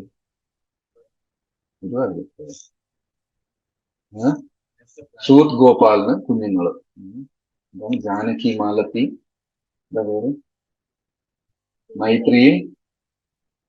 മൈഥിലിയും. ഇപ്പൊ രാവിലെ സുഹൃത്ത് ഗോപാൽ പ്രഭു എണീറ്റിട്ട് Maithili I love you, Maithili പറയാ പപ്പ ഐ ലവ് യു. രണ്ടുപേരും സ്നേഹം പ്രകടിപ്പിച്ചു. പക്ഷെ ഇദ്ദേഹം കുട്ടിക്ക് ഡ്രസ്സ് മേടിച്ചു കൊടുക്കില്ല, ചോറ് വാങ്ങിച്ചു കൊടുക്കില്ല, സ്കൂളിൽ കൊണ്ടുപോകില്ല, ഫീസ് അടക്കില്ല, ഇതൊന്നും ചെയ്യില്ല. രാവിലെയും രാത്രിയും Maithili I love you, Maithili പപ്പ ഐ ലവ് യു ടു. ഇത് ശരിയാവോ? അപ്പൊ അവിടെ സ്നേഹമുണ്ടെങ്കിൽ എന്ത് ചെയ്യണം? ആ കുട്ടിക്ക് ഡ്രസ്സ് മേടിച്ചു കൊടുക്കണം, ഭക്ഷണം കൊടുക്കണം, സ്കൂളിൽ കൊണ്ടുപോകണം, ഫീസ് അടയ്ക്കണം. ആ സ്നേഹം പ്രകടിപ്പിക്കണം. ആ റിലേഷൻഷിപ്പാണ് സർവീസ്. എനിക്ക് ഭഗവാനെ ഇഷ്ടം വെച്ചാൽ ശരി, ഭഗവാൻ എന്ത് ചെയ്തു? രാവിലെ എനിക്ക് കൃഷ്ണ ഇല്ല, അത് കൃഷ്ണ പറഞ്ഞ് ഞാനും അനുഗ്രഹിക്കാം. അനുഗ്രഹം വരില്ല. പക്ഷെ ആ എന്റെ സ്നേഹം പ്രകടിപ്പിക്കുക. നമുക്ക് ആരെ ഇഷ്ടമാണെങ്കിലും അവർ വീട്ടിൽ വരുമ്പോൾ അവർക്ക് ഇഷ്ടപ്പെട്ട ഭക്ഷണങ്ങൾ ഉണ്ടാക്കി കൊടുക്കും, അവർക്ക് ഗിഫ്റ്റ് കൊടുക്കും, അവരുടെ അടുത്ത് മധുരമായി സംസാരിക്കും, പിന്നെയും വരാൻ വേണ്ടി ക്ഷണിക്കും. അതാണ് റിലേഷൻഷിപ്പ്. ഇപ്പോ ഇവിടെ അടുത്തത് ലെവലിലേക്ക് വരുമ്പോ എന്തെങ്കിലും ഒരു സേവനം നമ്മൾ കണ്ട്, ആ സേവനം ചിലപ്പോൾ സേവനമായിട്ട് വിജയിക്കില്ല, എന്നാലും അതിനെ വീണ്ടും വീണ്ടും വീണ്ടും വീണ്ടും ചെയ്തുകൊണ്ടിരിക്കണം. ഇപ്പൊ പൂ കെട്ടുന്ന ഒരു സേവനം, നമ്മൾ പൂ കെട്ടിയിടും. ആരെങ്കിലും വന്ന് ആരെങ്കിലും ഈ കളർ ഇടോ, ഇതിനും അതിനും ഒരു ബന്ധവും ഇല്ല. അടുത്ത ദിവസം ഒരാൾ വന്ന് അത് കെട്ടിയത് ശരിയായില്ല കേട്ടോ, എല്ലാം വാടിപ്പോയി. ഇങ്ങനെ വിമർശനങ്ങൾ ഉണ്ടായിക്കൊണ്ടേയിരിക്കും. ഇവര് ക്ലീൻ ചെയ്തുകൊണ്ടേയിരിക്കും, ഹോസ്പിറ്റൽ അവിടെ അഴുക്കിട്ടോണ്ടേയിരിക്കും. ഇവരെടുത്ത് പറയോ നിങ്ങൾ ക്ലീൻ ചെയ്ത് കഴിഞ്ഞ് ഇനി 2 ആഴ്ച കഴിഞ്ഞ് വന്നാൽ മതി എന്ന് ആരെങ്കിലും പറയോ? സർവീസ് എന്ന് പറയുന്നത് അതുപോലെ നമ്മൾ ചെയ്തുകൊണ്ടേയിരിക്കണം. ഇവരെല്ലാം സേവാധാരികൾ. ആരൊക്കെയാണ്? അവിടെ ക്ലീൻ ചെയ്യുന്നവർ, അഡ്മിൻ ജോബ് ചെയ്യുന്നവർ, അതിന് അറ്റകുറ്റ പണികൾ ചെയ്യുന്നവർ. അവർക്ക് ഒരിക്കലും തൃപ്തികരമായ സാധനം ഒന്നും ഉണ്ടാവില്ല. അവർക്ക് എന്തൂസിയാസം. എന്താ വേണ്ടത്? എന്തൂസിയാസം. നിരന്തരം വിമർശനങ്ങൾ ഉണ്ടായിക്കൊണ്ടേയിരിക്കും, നിരന്തരം ആൾക്കാർ കുറ്റപ്പെടുത്തിക്കൊണ്ടേയിരിക്കും. ഒരു ദിവസം പോലും കൃഷ്ണ ഭഗവാൻ നിങ്ങളുടെ സ്വപ്നത്തിൽ വന്നിട്ട് ഇന്നലെ നീ പൂമാല കെട്ടി, അതിൽ ഞാൻ ധന്യനായി ത്രാസ്തു അങ്ങനെ അനുഗ്രഹമൊന്നും കിട്ടില്ല. അതൊക്കെ വേറെ സ്റ്റേജാണ്, ഭഗവാനെ മനസ്സിലാക്കി. ക്രിറ്റിസിസം മാത്രമേ ഉണ്ടാകുള്ളൂ ഒരു ഹോസ്പിറ്റൽ. ഇത് ചെയ്തുകൊണ്ടേയിരിക്കണം. പക്ഷെ എന്തായിരിക്കണം ആ ഭക്തന് വേണ്ടത്? ഉത്സാഹം. ഇത് രാമായണത്തില് ശബരി മാതംഗ മഹർഷി പറഞ്ഞു ഒരു ദിവസം, ഈ വഴിയെ കൂടെ ശ്രീരാമചന്ദ്രമൂർത്തി പോകും, എന്റെ ശിഷ്യഗണങ്ങളിൽ ആരെങ്കിലും എന്റെ പ്രതിനിധിയായി നിന്നുകൊണ്ട് അന്ന് പോകുമ്പോൾ ശ്രീരാമനെ സ്വീകരിക്കുകയും സൽക്കരിക്കുകയും വേണം എന്ന് ഗുരുനാഥൻ പറഞ്ഞിട്ട് പോയി. ഗുരുനാഥൻ സമാധിയായപ്പോ അതിന്റെ പുറകെ ശിഷ്യഗണങ്ങളെല്ലാം ഓരോ ദിശയിൽ പോയി. ആശ്രമത്തിൽ ആരുമില്ല. അവിടെ ശൂദ്രകുലത്തിൽ ജനിച്ച ഒരു തൂപ്പുകാരി സ്ത്രീയാണ് ആര് ശബരി. ശബരി പണ്ട് നദിയിൽ പോയി വെള്ളം എടുക്കുമ്പോൾ മറ്റുള്ളവർ കല്ല് പറക്കി എറിഞ്ഞിട്ടുണ്ട്. അങ്ങനത്തെ ഒരു സ്ത്രീയാ ശബരി. ശബരി വിചാരിച്ചു മാതംഗ മഹർഷിയും പോയി, മറ്റ് ശിഷ്യഗണങ്ങളെല്ലാം പോയി, ശ്രീരാമൻ വരുമെന്ന് അദ്ദേഹം പറഞ്ഞു. ഇപ്പൊ എന്താ ചെയ്യാന്ന് പറഞ്ഞിട്ട് എന്നും ശബരി ആശ്രമത്തിനെ മനോഹരമായി അലങ്കരിച്ച് പൂക്കൾ കൊണ്ട് പഴങ്ങളും പഴമൂലാദികളെല്ലാം ശേഖരിച്ച് ഇന്ന് ശ്രീരാമൻ വരുമെന്ന് വളരെ ഉത്സാഹത്തോട്. 12 കൊല്ലം ശ്രീരാമൻ വന്നില്ല. പക്ഷെ ഡെയിലി എന്ത് ചെയ്യും? ഇന്ന് ശ്രീരാമൻ വരുമെന്ന് ഓടി ചാടി ഉത്സാഹം. അടുത്ത ദിവസം വീണ്ടും അലങ്കരിക്കും, ഉത്സാഹത്തോടെ വീണ്ടും അലങ്കരിക്കും. 12 കൊല്ലം കഴിഞ്ഞിട്ട് ഉത്സാഹത്തിൽ ഒരു കുറവും ഇല്ല. നമുക്കൊക്കെ ദീക്ഷ കിട്ടിയ അന്നുള്ള ഒരു ജപം ഉണ്ടായിരുന്നു. ഹരേ കൃഷ്ണ ഹരേ കൃഷ്ണ കൃഷ്ണ കൃഷ്ണ ഹരേ. 3 ദിവസം കഴിഞ്ഞ് ഹരേ രാമ. അത്ര നമ്മുടെ ഉത്സാഹത്തിൽ 2 ദിവസം. ബ്രഹ്മോത്സവം കഴിഞ്ഞു, സന്യാസിമാരൊക്കെ വന്ന് കീർത്തന കുട്ടനെ മനസ്സിൽ, നാളെ തൊട്ട് എന്റെ ജപം ഇങ്ങനെയായിരിക്കും, വായന അങ്ങനെയായിരിക്കും, ഇത് ഇങ്ങനെയായിരിക്കും. 3 ദിവസം എന്തൂസിയാസം. എനിക്ക് എപ്പോഴും അത്ഭുതം തോന്നുന്നത്, ഇപ്പോ നിങ്ങൾക്ക് എൻ്റെ അടുത്ത് സംസാരിക്കാം, അല്ലെങ്കിൽ വരുന്ന പ്രീച്ചേഴ്സിന്റെ അടുത്ത് സംസാരിക്കാം, സീനിയേഴ്സിന്റെ അടുത്ത് സംസാരിക്കാം. ഈ സീനിയേഴ്സ് അവര് ഗുരു അടുത്ത് സംസാരിക്കാം, അവരുടെ അടുത്തൊക്കെ സംസാരിക്കാം. ഈ പ്രഭുപാദ ശിഷ്യന്മാർ ആരെടുത്താ സംസാരിക്കും? അവർക്ക് എവിടെന്നാ 70-75 വയസ്സിൽ ഉത്സാഹം? നിങ്ങളെല്ലാരും കണ്ടു ഹിസ് ഡിവൈൻ ഗ്രേസ് സംകർഷൻ മഹാരാജാണ്. എത്ര പ്രായമായി? 76 വയസ്സ്. നമ്മുടെ വീട്ടിലുള്ള 76കളെ നോക്കണം, എങ്ങനെയിരിക്കും? എല്ലാം മക്കളെ ലൈറ്റ് ഇട്ടാ, ഇവിടെ എന്തായി? വീട്ടുകാരെന്താ ഈ ശല്യം ഒന്ന് ഒഴിഞ്ഞു കിട്ടിയാ മതി. ഇതല്ലേ നാട്ടും പുറത്തുള്ള 75-76 ഒക്കെ ചെയ്യുന്നത്? അവരൊരു ഭാരമാണ്, അവരൊരു ശല്യമാണ്. പരസ്പരം ബന്ധമില്ലാതെ സംസാരിക്കുക, ആൾക്കാരെ നോവിക്കുക, അവർ തലവേദനയായി മാറുക, ഭാരമായി മാറുക. അതല്ലേ ഈ ലോകത്ത് സംഭവിക്കുന്നു. ഇവര് 75-ഉം 76-ഉം 77-ഉം. ഞാൻ ഇടയ്ക്ക് കവിചന്ദ്ര മഹാരാജ്, അദ്ദേഹമാണ് ഇപ്പോ പ്രഭുപാദ് ശിഷ്യന്മാരായ സന്യാസിമാരിൽ ഏറ്റവും പ്രായമുള്ള ഒരാൾ. വയസ്സ് 80 അവിടെ മായപ്പൂരിലെ ഡ്രാമ കളിച്ചോണ്ടിരുന്നു. ജഗന്നാഥ് ദാസ് ബാബാജിയുടെ വേഷം, അദ്ദേഹത്തിന്റെ രൂപം അതുപോലെ തന്നെ ജഗന്നാഥ് ദാസ് ബാബാജിയുടെ വേഷം അഭിനയിക്കും. അതെങ്ങനെയാണ്? ഭക്തി വിനോദ് ഠാക്കൂർ വന്നിട്ട് ജഗന്നാഥ് ദാസ് ബാബാജിയെ ബാസ്കറ്റിൽ തൂക്കിയിട്ട് മഹാപ്രഭുയുടെ ജന്മസ്ഥാനം കണ്ടുപിടിക്കാൻ പോയി. ഇതാണ് കഥ. അപ്പോ ഈ ജഗന്നാഥ് ദാസ് ബാബാജിക്ക് 100-120 വയസ്സായി. കണ്ണ് കണ്ടുകൂടാ, ചെവി കേട്ടുകൂടാ, ഇതൊന്നും ഇല്ല. ഭക്തി വിനോദ് ഠാക്കൂറിന് 60 വയസ്സപ്പോ.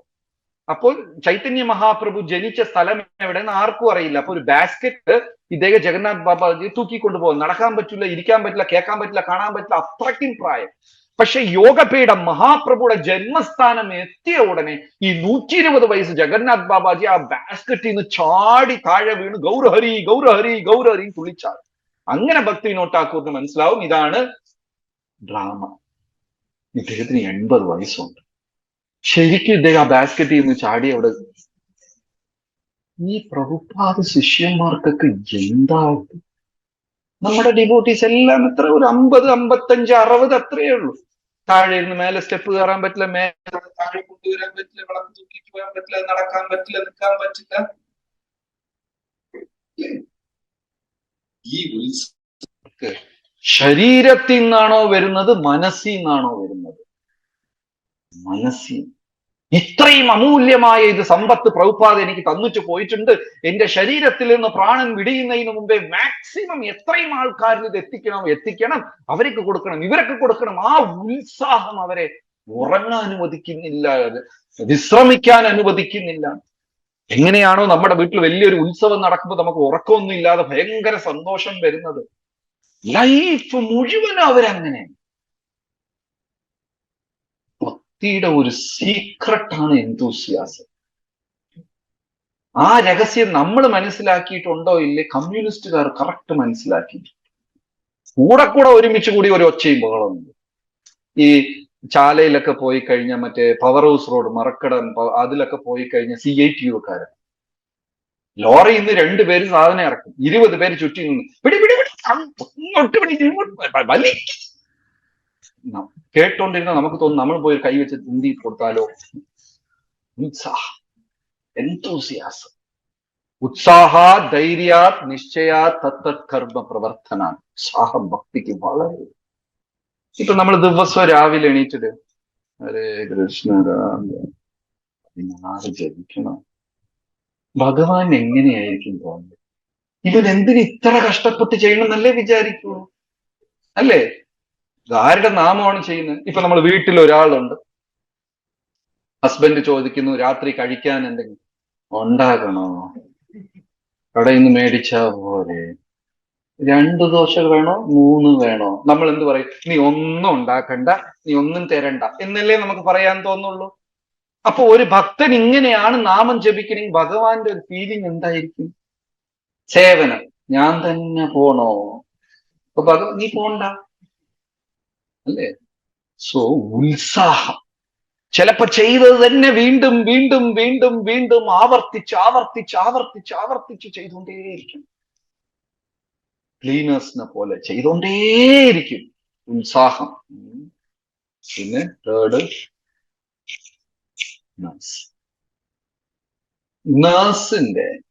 നേഴ്സ് എന്ന് പറയുമ്പോൾ നമ്മൾ അവരിൽ നിന്ന് എന്താണ് പ്രതീക്ഷിക്കുന്നത്?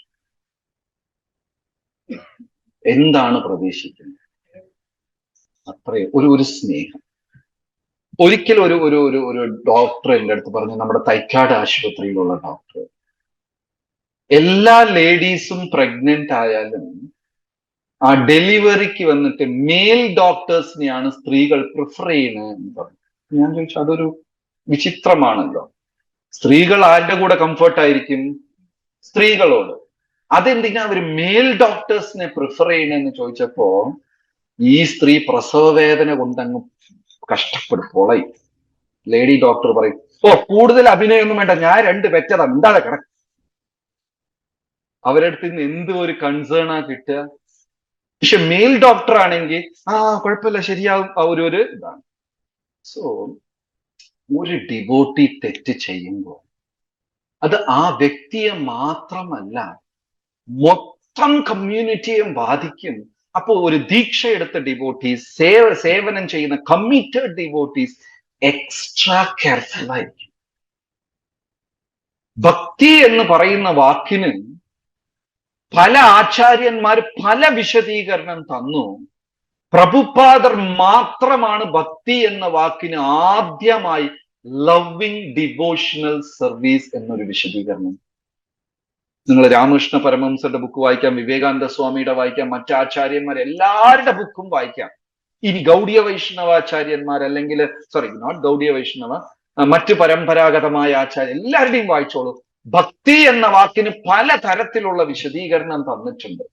പക്ഷെ പ്രഭുപാദറാണ് ഫസ്റ്റ് ആയിട്ട് എന്ത് ചെയ്തത്? ലവിങ് ഡിവോഷണൽ സർവീസ് എന്ന വിശദീകരണം. നമ്മൾ ചെയ്യുന്നതിലെല്ലാം ഒരു സ്നേഹം ഉണ്ടായിരിക്കണം. കാരണം സ്നേഹമുള്ള സ്ഥലത്ത് കുറ്റം പറയാനുള്ള ഒരു മനസ്സുണ്ടാവും, കുറ്റം കണ്ടുപിടിക്കാൻ ഒരു മനസ്സുണ്ടാവില്ല. നാട്ടുകാരെല്ലാം മകനെ കുറ്റം പറയുമ്പോ അമ്മ വന്നിട്ട് മകൻ ചെയ്തത് തെറ്റാണെന്ന് അറിഞ്ഞാൽ പോലും എന്തെങ്കിലും ഒരു മുടന്ത ന്യായം പറഞ്ഞ മകനെ രക്ഷിക്കാനേ അമ്മ നോക്കൂ. മകൻ എത്ര വലിയ തെറ്റ് ചെയ്താലും അമ്മയ്ക്ക് അത് തെറ്റായിട്ട് തോന്നില്ല. എനിക്ക് നമ്മുടെ കോൺഗ്രിഗേഷനിൽ ഒരു ഡിവോട്ടി ഒരു അമ്മയെ അറിയാം. ആ പയ്യന് എന്താ പണിയെന്ന് വെച്ചാൽ അമ്മയെ പറ്റിച്ച് പണം എല്ലാം കൊണ്ടുപോയി കളയുക. അവൻ ഇപ്പോഴും അതാണ് ചെയ്യുന്നത്. ഒന്നും രണ്ടും രൂപയല്ല, ഒരു 2 കോടി രൂപ അമ്മയെ പറ്റിച്ചുകൊണ്ട് അച്ഛൻ മരിച്ചുപോയി. ഓരോ പ്രാവശ്യം വരും, അപ്പൊ തന്നെ ഞാൻ മനസ്സിൽ വിചാരിക്കും ഇപ്പൊ എത്രയാണോ പോകുന്നത്.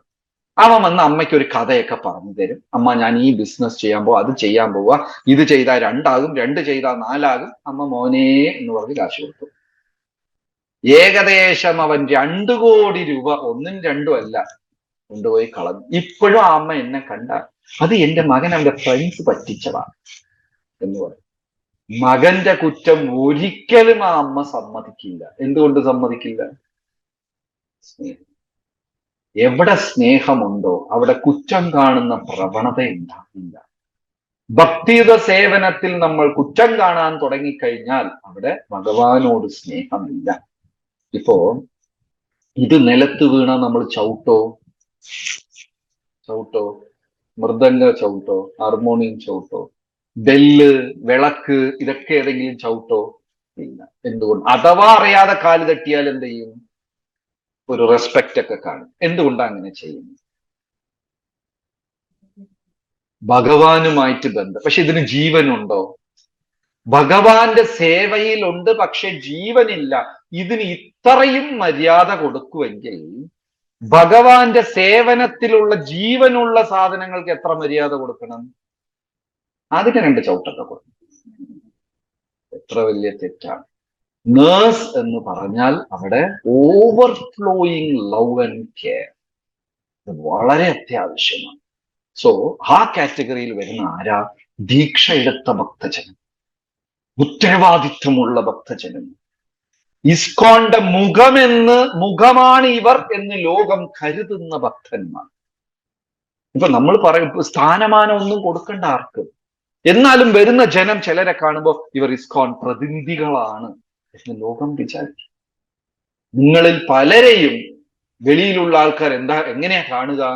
ഇസ്കോന്റെ പ്രതിനിധിയാണ്. അപ്പൊ അവരെടുത്ത് ഉണ്ടാകേണ്ടത് സ്നേഹം മാത്രം. ലവ് ഭയങ്കര അത്യാവശ്യമാണ്. അമോഘ എന്ന് എല്ലാം ബോറടിക്കുന്ന കുറച്ചും കൂടെ ഒരു 10-15 മിനിറ്റും കൂടെ പോകും, കുഴപ്പമില്ല. അമോഘ എന്നൊരു കഥാപാത്രം ചൈതന്യ ചരിതാമൃതത്തിലുണ്ട്. ആരാണ് അമോഘ? സാർവഭൗമ ഭട്ടാചാര്യർ എന്നൊരു മഹാഭക്തന്റെ മരുമകനാണ്. അയാളുടെ പണി എന്താന്ന് വെച്ചാല് എവിടെ പോയാലും കുറ്റം കണ്ടുപിടിക്കും. നീ പള്ളിച്ചൽക്കാരനാണോ എന്നൊരു സംശയം. കുറ്റം മാത്രം ഇങ്ങനെ കണ്ടുപിടിക്കും ഈ അമോഘ. ഇത് സാർവഭൗമ ഭട്ടാചാര്യർക്കും അറിയാം. എന്നാലും സാർവഭൗമ ഭട്ടാചാര്യ ഒരു ദിവസം മഹാപ്രഭുവിനെ തന്റെ വീട്ടിൽ ഊണിനായി വിളിച്ചു. എങ്ങനെയാ ചെന്ന് വിളിച്ചത്? മഹാപ്രഭു, ഈ മാസം 30 ദിവസം എന്റെ വീട്ടിലേക്ക് ലഞ്ചിന് വരണേ. ഇങ്ങനെയാണ്. ചൈതന്യ മഹാപ്രഭു ജഗന്നാഥ് പുരിയിൽ ഉള്ളപ്പോൾ ഭക്തജനങ്ങൾക്ക് എങ്ങനെയെങ്കിലും ഈ ഭക്തന്മാരെടുത്തിരുന്ന് മാക്സിമം അവരുടെ അനുഗ്രഹം മേടിക്കണം, സത്സംഗം മേടിക്കണം. എന്റെ വീട്ടിൽ എല്ലാവരും വന്ന് വിളിക്കും, മഹാപ്രഭു ഇന്ന് എന്റെ വീട്ടിൽ വന്ന് കഴിക്കണം, എന്റെ വീട്ടിൽ. സാർവഭൗമ ഭട്ടാചാര്യർ ചെന്ന് വിളിച്ചു. എത്ര ദിവസം? 30 ദിവസം. എന്റെ മഹാപ്രഭു ചിരിച്ചിട്ട് പറഞ്ഞു, ഞാനൊരു സന്യാസിയാണ്. ആണോ? 8 ദിവസം വരുമോ? അത് പറ്റില്ല. 4. എന്നാൽ 2 ദിവസം വന്നേ പറ്റുമെന്ന് മഹാപ്രഭു സമ്മതിച്ചു. 2 ദിവസം ഭാര്യയെ വിളിച്ച് പറഞ്ഞു. ഫസ്റ്റ് സാർവഭൗമർ പറഞ്ഞു, മഹാപ്രഭുവിന് വിഭവസമൃദ്ധമായ ഭക്ഷണം ഉണ്ടാക്കണം, പക്ഷെ നമ്മുടെ മരുമകൻ ഈ പരിസരത്ത് വരാതെ നോക്കിക്കും.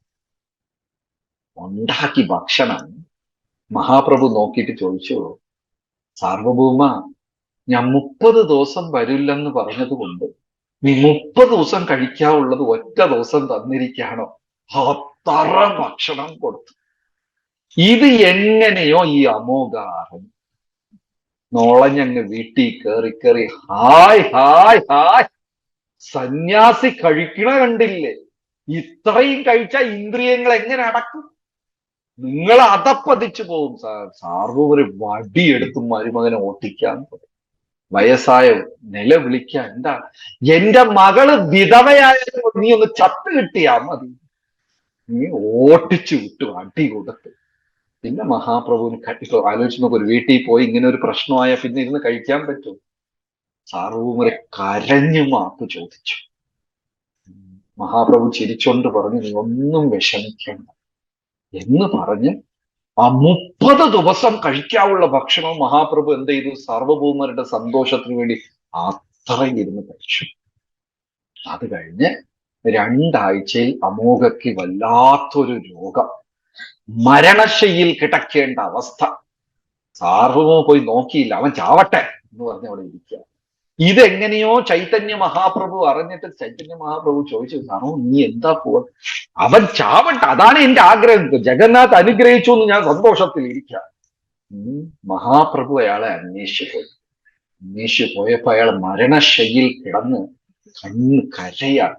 മഹാപ്രഭു ക്ഷമിക്കണം ക്ഷമിക്കണം ക്ഷമിക്കണം ക്ഷമിക്കണം എന്ന് പറഞ്ഞ് കൈയെടുത്ത് തന്റെ കവിളിൽ അട്ടിച്ച് ചുവക്കുന്നത് വരെ, ഞാനൊരു മണ്ടനാണ്, മാപ്പാക്കണം മാപ്പാക്കണം. മഹാപ്രഭു ചിരിച്ചൊണ്ടേ അവന്റെ ഹൃദയത്തിൽ കൈവച്ച് ആ നിമിഷം അമോഘയുടെ എല്ലാ രോഗവും മാറി. മഹാപ്രഭു പറഞ്ഞു, ഒരിക്കലും വൈഷ്ണവർക്ക് അപ്രീതികരമായ, വൈഷ്ണവരുടെ ഹൃദയത്തിൽ വേദന ഉണ്ടാക്കുകയോ അതൃപ്തി അപ്രീതികരമായ വാക്കുകളോ പ്രവർത്തനമോ നീ ചെയ്യരുതെന്ന് പറഞ്ഞു. അമോഘ സമ്മതിച്ചു. ആ മഹാപ്രഭു കാണിച്ച ഭാവമാണ് നർസിന്റെ ഭാവം. സൂചി കുത്താൻ വരുമ്പോ ചില രോഗികൾ തിരിച്ചെടുത്ത് കുത്തിത്തരും, കേട്ടിട്ടുണ്ടാവും. ചിലർ കടിച്ചു തരും. ശ്രീലതമ്മ ആരെയും കടിച്ചിട്ടുണ്ടാ? സ്റ്റാഫിനെ കടിച്ചിട്ടുണ്ട്. ഇതൊക്കെ നമ്മൾ കേട്ടിട്ടുണ്ട്. ചില രോഗികളൊന്ന് ഡോക്ടറെ കടിച്ചു തരും, നർസിനെ കടിച്ചു തരും, ഒരു ചവിട്ടൊക്കെ തരും, പലതും സംഭവിക്കും. ഇപ്പോ ഈ ചൈതന്യ മഹാപ്രഭുവിനെ അമോഘ എന്ത് ദ്രോഹമാ ചെയ്തത്? പക്ഷെ മഹാപ്രഭു അയാളെ അന്വേഷിച്ചു ചെന്നു. അമാനീന മാനധേന കീർത്തനീയ സദാഹരി. അമാനീന മാനധേന എന്ന് വെച്ചാല് എല്ലാവരെയും ബഹുമാനിക്കുക, അവർ തിരിച്ചു തരും എന്ന് പ്രതീക്ഷിക്കേ ചെയ്യും. നമ്മൾ അങ്ങനെയല്ല. ഇത്രയും ബ്രഹ്മോത്സവത്തിന് ഓടി ഒരു റെസ്പെക്റ്റിങ്. നമുക്ക് പുല്ലിന്റെ വിലയാ, വട്ടിയുടെ വില ഇല്ലേ? ഒന്നും പ്രതീക്ഷിക്കുക. അതാണ് ഈ 3rd കാറ്റഗറി. 4ാമത്തത് ഡോക്ടർ. ഒരു ആശുപത്രിയിൽ 1ഓ 2ഓ കാണും. എന്തൊക്കെ സംഭവിച്ചാലും അദ്ദേഹം തന്നെയാണ് ഇവരെല്ലാം ചികിത്സിക്കേണ്ടത്. ഡോക്ടർ കുഴപ്പക്കാരനാണെന്ന് പറഞ്ഞ് ഓട്ടിച്ചു വിട്ടാൽ വലിയ ഇവിടെ ആരെയും കാണുമോ? അയാൾ നിയമിക്കപ്പെട്ട വ്യക്തിയാ, ബ്രഹ്മാവിനെ പോലെ. ബ്രഹ്മാവ് സരസ്വതിയെ സൃഷ്ടിച്ചിട്ട് സരസ്വതിയുടെ പുറകെ ഓടി. ഭഗവാനെ പരീക്ഷിക്കാൻ വേണ്ടി 7 ദിവസം ഭഗവാന്റെ കന്നുകാലികളെയും ഗോപന്മാരെയും ഗുഹയ്ക്കകത്ത് കൊണ്ടുപോയി വെച്ചു. ഇതൊക്കെ ശരിയായ കാര്യമാണോ? പക്ഷേ പുരാണങ്ങളിൽ എവിടെയെങ്കിലും ഭഗവാൻ ബ്രഹ്മാവിനെ ശിക്ഷിച്ചതായിട്ട് കേട്ടിട്ടുണ്ട്? എന്തെല്ലാം തെറ്റാണ് ബ്രഹ്മാവ് ചെയ്തത്. പക്ഷെ ഇപ്പൊ ബ്രഹ്മാവ് ഒരു പരമ്പരയുടെ ആദി ഗുരു, ബ്രഹ്മമധ്വ ഗൗഡീയ സമ്പ്രദായം. കലികാലത്തിൽ ആ ബ്രഹ്മ ഹരിദാസ് ഠാക്കൂറായിട്ട് വീണ്ടും ജനിച്ചു. സോ ആ ഡോക്ടർ, ഗുരു, ശിക്ഷാഗുരു, ഉത്തരവാദിത്തം, അങ്ങനത്തെ ഒക്കെ ഉള്ള ഒരു പൊസിഷൻ. കാരണം അയാളെ ഓട്ടിച്ച ഈ മൊത്തം ആശുപത്രിയും താഴെ വന്നു. ഗുരുവിനെ പറഞ്ഞു വിട്ടാൽ, അല്ലെങ്കിൽ ആ ഒരു ഇമ്പോർട്ടൻ്റ് ആണ്. ഇതാണ് നമ്മുടെ ആശുപത്രി. ഏത് ആശുപത്രി? ഇപ്പൊ ഞാൻ ആരാ? ഇപ്പൊ ഒരു ഐഡിയ കിട്ടിയിട്ടുണ്ടാവും നമ്മൾ. ഇപ്പൊ നമ്മൾ ആരാണ്? ഡോക്ടറാണോ, നേഴ്സാണോ, അറ്റൻഡന്റ് ആണോ, പേഷ്യന്റ്? നമ്മളിൽ കുറെ പേര് പേഷ്യന്റ് ആണ്, കുറച്ചു പേര് ഇവിടെ ഉണ്ട്, കുറച്ചു പേര് ഇവിടെ ഉണ്ട്, കുറച്ചു പേര് ഇവിടെ ഉണ്ട്. ഇനി എന്ത് തരം രോഗികളായിരിക്കും ആശുപത്രിക്ക് വരുന്നത്? ഒരു കഥ പറയാം. വിശക്കണമെങ്കിൽ കഴിച്ചിട്ട് ഇരിക്കണം. കേട്ടിട്ട് കഴിക്കാല്ലേ? ശരി. ഇത് നടന്ന കഥയാ. തക്കാട് മൂസ് എന്ന് പറഞ്ഞ് കേട്ടിട്ടുണ്ടാവും. അതുമായിട്ട് സംബന്ധമുള്ള ഒരു കഥയാണ്.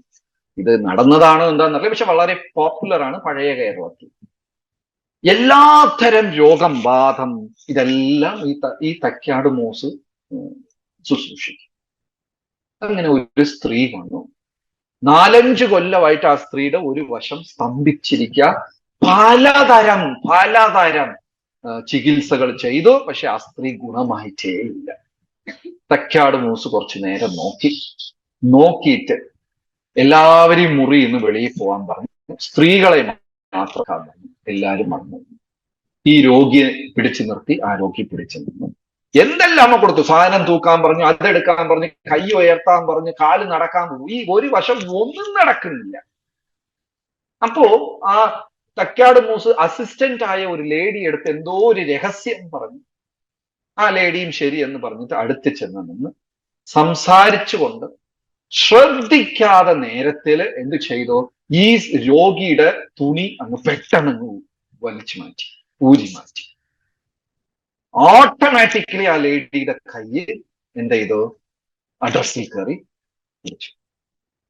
മൂസ് പറഞ്ഞു, ആ കുഴപ്പമില്ല, 2 ആഴ്ചയിൽ ഞാൻ ചികിത്സിച്ചു തരാം. അപ്പൊ ആരും ചോദിച്ചു, എന്താ സംഭവിച്ചത്? ഈ രോഗി ഞാൻ ഒരിക്കലും ഗുണമാവില്ലെന്ന് തീരുമാനിച്ചിരിക്കുക. അങ്ങനെ തീരുമാനമെടുത്ത രോഗിക്ക് നിങ്ങൾ എന്ത് ചികിത്സ കൊടുത്താലും എന്താവില്ല, ഗുണമാവില്ല. ചില ഭക്തർ ഞാൻ നന്നാവാൻ പാടില്ലെന്ന് തീരുമാനിച്ചിരിക്കുക. 20 കൊല്ലായി, 15 കൊല്ലായി, അതേപോലെ അങ്ങനെ അതിൽ ഞാൻ ഉയരണം എന്നുള്ളതിന് വേണ്ടി ഒരു സ്റ്റെപ്പ് അവരെടുക്കുന്നില്ല. അവരങ്ങ് തീരുമാനിച്ചു. അപ്പൊ ഭഗവാൻ ഇത്തരം ട്രീറ്റ്മെന്റ്. എങ്ങനത്തെ ട്രീറ്റ്മെന്റ്? ഒരു സ്ത്രീയെ സംബന്ധിച്ചിടത്തോളം 10 പേരെ മുമ്പിൽ വസ്ത്രം വലിച്ചു മാറ്റുക എന്ന് പറയുന്നത് എത്ര വലിയ നാണക്കേടാണ്. പക്ഷെ ഈ നാണക്കേട് കൊടുത്തുകൊണ്ടാണ് ആ സ്ത്രീ എന്റെ കൈ എന്ത് ചെയ്ത് വർക്കായി. അപ്പൊ ഡോക്ടറിന് മനസ്സിലായി ഇത് ഇനി വർക്കാവും. ഷോക്ക് കൊടുത്താൽ എന്താവും? ചിലർക്ക് ഷോക്ക് കൊടുത്താലേ നന്നാവും. അതൊരു കൂട്ടം രോഗികൾ. ദയവെയ്ത് ആ കാറ്റഗറിയിൽ പോയി ഒരുപാട് നാണക്കേട് സഹിക്കേണ്ടി. എത്രയോ ഭക്തജനങ്ങൾക്ക് അങ്ങനെ ഉണ്ടായിട്ടുണ്ട്. ബ്രഹ്മാവ് സരസ്വതിയുടെ പുറകെ ഓടിയപ്പോ എല്ലാവരും ചിരിച്ചു. ബ്രഹ്മാവിന് നാണക്കേടായി. പക്ഷെ ബ്രഹ്മാവിന് ശിക്ഷ കിട്ടിയില്ല. ചിരിച്ച അത്ര എണ്ണത്തിന് ശിക്ഷ കിട്ടി. ആരാ ചിരിച്ചത്? ഭൃഗു മഹർഷിയുടെ 6 പേര് ചിരിച്ചു. അവർ പ്രഹ്ലാദന്റെ സഹോദരന്മാരായി ജനിച്ചു, കാലനേമിയുടെ മക്കളായി ജനിച്ചു, കംസന്റെ പുത്രന്മാർ. ഇങ്ങനെ രാക്ഷസ കുലത്തിൽ ജനിച്ചു മരിച്ചു വീണ്ടും. തെറ്റ് ചെയ്ത ആൾക്ക് ഒരു കുഴപ്പമില്ല. അത് നോക്കി ചിരിച്ചവർക്കൊക്കെ ശിക്ഷ. സോ ഈ കാറ്റഗറി ഡിവോട്ടി ആവാനേ പാടില്ല. ഉയർന്നവർ പറഞ്ഞു കേൾക്കുക, നമ്മൾ നമ്മുടെ സ്വഭാവങ്ങളെ ഉയർത്തുക. അതൊന്നും ചെയ്യാതെ ഇങ്ങനെ രോഗിയായിട്ടിരിക്കണം എന്ന് തീരുമാനിച്ചാൽ ഇത്തരം ചികിത്സയായിരിക്കും ഭഗവാൻ തരുന്നത്. പിന്നെ നമ്മൾ നന്നായി. ഇത് ഒരു ടൈപ്പ് രോഗികൾ. പിന്നെ രണ്ടാമത് ആശുപത്രി. ധനാട്യന്മാരുടെ മക്കൾ രോഗികളായി വന്നു ചേരും. മരുന്ന് പച്ച കളറില്ലേ, മധുരമുള്ള മതി, എനിക്ക് വേണ്ട, ഞാൻ ആരെന്നറിയാമോ, ഞാൻ ഇവിടുത്തെ MLA-യുടെ മോനാ. ഇതൊക്കെ പറഞ്ഞ മരുന്നിന് മനസ്സിലാവും. MLA-യുടെ മോനാണെന്ന് പറഞ്ഞ് രോഗം പോയിട്ട് നാളെ അടുത്ത ദിവസം വരും? ഇല്ല. എന്റെ പ്രഭു ഇനീഷ്യേറ്റഡാ. അവിടെ ടെമ്പിൾ പ്രസിഡന്റിന്റെ വൈഫാണ്, അതുകൊണ്ട് ജപിച്ചില്ലെങ്കിൽ മോശം കിട്ടുമോ? അങ്ങനെ ചിലർക്ക് തെറ്റിദ്ധാരണയുണ്ട്. എന്റെ ബന്ധു, എന്റെ മകൾ, ഇത് ആ ഭക്തി പ്രസ്ഥാനത്തിൽ ഉയർന്ന ആളാ, അതുകൊണ്ട് ഞാൻ ഒന്നും ചെയ്തില്ലെങ്കിൽ എനിക്ക് മോക്ഷം കിട്ടും. അതൊന്നും നടക്കും. അവരവരെ പല്ല അവരവരെ തന്നെ തേക്കാം, അല്ലെങ്കിൽ മാറും. ഇത് സെക്കൻഡ് കാറ്റഗറി രോഗികൾ. മൂന്നാമത്തെ കാറ്റഗറി ആശുപത്രിയിൽ മൊത്തം സൂചിയാണ്, മരുന്നാണ്, നാറ്റമാണെന്ന് പറഞ്ഞ് ആശുപത്രിയിൽ നിന്ന് ഇറങ്ങി ഓടി. ആ രോഗി എന്തെങ്കിലും ഗുണമാവോ? ഇത് വളരെ പ്രധാനപ്പെട്ട ഒരു പാഠം. എന്ത് നിരാശ, എന്ത് വേദന ഉണ്ടെങ്കിലും ഈ സത്സംഗത്തിൽ നിന്ന് മാറും. ആശുപത്രിയിൽ ഇരുന്നാലല്ലേ രോഗം മാറും. ഒരു ദിവസം ജനലിൽ കൂടെ അങ്ങ് ഇറങ്ങി ചാടി ഓടിപ്പോയി, അയാളുടെ രോഗം എങ്ങനെ മാറാൻ? പലപ്പോഴും ഡിവോട്ടീസ് ചെയ്യുന്ന തെറ്റ്, ഒരു നിരാശ, ഒരു പ്രയാസം, ഒരു വേദന, ഒരു വിഷമം വരുമ്പോ ഇനി ഞാൻ സത്സംഗത്തിന്, ഇനി ഞാൻ അമ്പലത്തേക്കേ ഇല്ല. ആർക്കെങ്കിലും നഷ്ടമുണ്ടോ? ഇസ്കോൺ ഇരുന്ന് കരയോ, അയ്യോ 33 നമ്പർ ബിയിലുള്ള ഡിവോട്ടി വന്നു? ഒരു ഭഗവാന് വിഷമമുണ്ടാകും. 9 ലക്ഷം പശുക്കിടാവിനെ മേയ്ക്കാൻ കൊണ്ടുപോയി ഒന്ന് കണ്ണിൽ കിട്ടിയില്ലെങ്കിലും ആ ഒന്നിനെ അന്വേഷിച്ചുകൊണ്ട് പോകും. അത്രയും ദയ ഭക്തർക്കുണ്ടാകും. രോഗി ആശുപത്രിയിലിരുന്ന് ഇറങ്ങി ഓടുന്നത് വലിയ മണ്ടത്തരം. എന്ത് തീരുമാനം, നിങ്ങൾക്ക് സ്ഥലമാറ്റം തീരുമാനിക്കാൻ, ഞാൻ എനിക്ക് തിരുവനന്തപുരം വേണ്ട, കൊല്ലം മതി, കൊല്ലം വേണ്ട, കൊട്ടിയം മതി, കൊട്ടിയം മതി വേണ്ട, എനിക്ക് കോട്ടയം മതി, അമേരിക്ക മതി, എവിടെ പോണു, ഞാൻ ഈ ജോലി ചെയ്യുന്നില്ല, ആ ജോലി ചെയ്യാം, അത് ചെയ്യാം, എന്ത് തീരുമാനം വേണമെങ്കിലും എടുക്കാം. പക്ഷേ സത്സംഗത്തിലിരുന്ന് മാറി നിൽക്കുക എന്ന തീരുമാനം മാത്രം എടുക്കരുത്. അതെടുത്താൽ രോഗം ഗുണമാവേ. എനിക്കറിയാം ഇവിടെ എത്രയോ ഒരു പിണക്കം, പ്രഭു ഇനി ഞാൻ ടെമ്പിളിലില്ല കേട്ടോ, മതി, എല്ലാ അസോസിയേഷൻ എല്ലാം കിട്ടി, എനിക്ക് വയറ് നിറഞ്ഞു, ഇനി എനിക്ക് ഒന്നും. രോഗം എങ്ങനെ മാറാൻ? സഹിച്ചു പുറത്ത് ഇരിക്കുക. ശരി, അപ്പൊ എങ്ങനത്തെ രോഗിയാണ്? ദിവസവും 16 മാല പുലർച്ചയ്ക്ക് ജപിക്കുക, ബുക്സൊക്കെ വായിക്കുക, ഡെയിലി ബുക്ക് ഒരു അരമണിക്കൂർ സമയം കണ്ടെത്തി വായിക്കുക, വിനയത്തോട്, ഇതിൽ വിശ്വാസത്തോട്, മുതിർന്നവരോട് ആ വിനയത്തോട്, അതിന് ഒരു കഥ ചെയ്യൂ. ശരിയായി ഒരാഴ്ച ഇയാളെ പട്ടിണി കിട്ടു, വീണ്ടും ആശുപത്രി കൊണ്ടുവന്നു. ഡോക്ടർ ഒന്നും കൂടെ പരിശോധിച്ചിട്ട് പറഞ്ഞു, ഇത് ബൈബിളിലുള്ള കഥയാണ്. ഒന്നും കൂടെ പരിശോധിച്ചു വന്നു, ഒരാഴ്ചയും കൂടെ പട്ടിണി കിടാൻ. നാട്ടുകാർ പറഞ്ഞു ഇങ്ങേർക്ക് ഭ്രാന്താണ്, ഇയാളെ ഒരാഴ്ചയും കൂടെ പട്ടിണി ഇട്ടാൽ ചത്തുപോകും. എന്നാൽ ഈ രോഗിക്ക് വിശ്വാസം ഉണ്ടായിരുന്നു. ശരി, പോയി ഒരാഴ്ച പട്ടിണി കിടന്നു. അതും കൂടെ കഴിഞ്ഞപ്പോ എഴഞ്ഞൊക്കെയാണ്. നോക്കി ഡോക്ടർ പറഞ്ഞ ഒരു കാര്യം ചെയ്യും, നല്ല പാല്, ചൂട് പാല്, മറ്റേ എല്ലാ ഫ്ലേവർ കാർഡമും എല്ലാം ഇട്ട്, ഏലക്ക, കുങ്കുമപ്പൂവൊക്കെ പാൽ രോഗിയുടെ വായിന്റെ അടുത്ത് വെക്കണം, കുടിക്കാൻ അനുവദിക്കില്ല. നാട്ടുകാർ പറഞ്ഞു മൊത്തം മുഴുപ്രാന്താണ്. രോഗി പറഞ്ഞു ഇല്ല കുഴപ്പമില്ല, ഡോക്ടർ പറയുന്ന പോലെ ചെയ്യും. വെച്ചപ്പോ എന്തോ അകത്തിരുന്ന് ഒരു പുഴു പുറത്തു വന്നു. പണ്ടൊക്കെ, ഇപ്പോഴൊക്കെ അങ്ങനത്തെ ഒരു രോഗം അങ്ങനെ പണ്ടൊക്കെ കേട്ടിട്ടുണ്ടാവും, ഈ വയറ്റിപ്പുഴു, ആ പുഴു, ഈ പുഴു എന്ന് പറഞ്ഞിട്ട് ഈ മനുഷ്യർ തിന്നുന്ന മൊത്തം ആര് തിന്നുകൊണ്ടിരിക്കും? പുഴു തിന്നുകൊണ്ടിരിക്കും. ഇതൊക്കെ ശരിക്കും ഇങ്ങനെ രോഗമുണ്ടോ എന്ന് നമുക്കറിയില്ല, പക്ഷെ പുരാണ കഥകളിൽ ഇങ്ങനെ കുറെ രോഗം പറയുന്നു, ആ പുഴു, ഈ പുഴു. ഇവൻ പട്ടിണി കിടന്നപ്പോ ആര് പട്ടിണിയായി? പുഴു പട്ടിണി. 2 ആഴ്ചയായി, 3 ആഴ്ച, പിന്നെ തിന്നാൻ ഒന്നും കിട്ടിയില്ല. അപ്പൊ ഈ മണം വന്നപ്പോ എന്തായി? ഈ പുഴു അതിനു വേണ്ടി പുറത്തു വന്ന് അയാളുടെ രോഗം. പേഷ്യൻസ്, ക്ഷമ. നാമജപം തുടങ്ങിയ ഉടനെ നമ്മുടെ തലയെ ചുറ്റി ഒരു ഒളിവട്ടമൊക്കെ വന്ന് 4 കൈയൊക്കെ വന്ന് അതൊന്നും സംഭവിക്കില്ല. ഈ അഴുക്കുകൾ അതായത് ചെയ്യേണ്ട കാര്യം നാമജപം, അത് ബേസിക് ശ്രദ്ധയോട് വീണ്ടും വീണ്ടും ശ്രദ്ധിച്ച് അത് നമ്മൾ ചെയ്തുകൊണ്ടേയിരിക്കും. ദിവസം ബുക്ക് വായന. എനിക്ക് ഉള്ളിൽ പുരോഗമനം ഉണ്ടാകണം. പിന്നെ ഭക്തന്മാരോടൊരു വിനയം. എല്ലാം വരുമ്പോൾ ആ രോഗി എത്രയും പെട്ടെന്ന്. ഹരേ കൃഷ്ണ. ശ്രീല പ്രഭുപാദ് കി. എന്തെങ്കിലും ക്വസ്റ്റ്യൻ?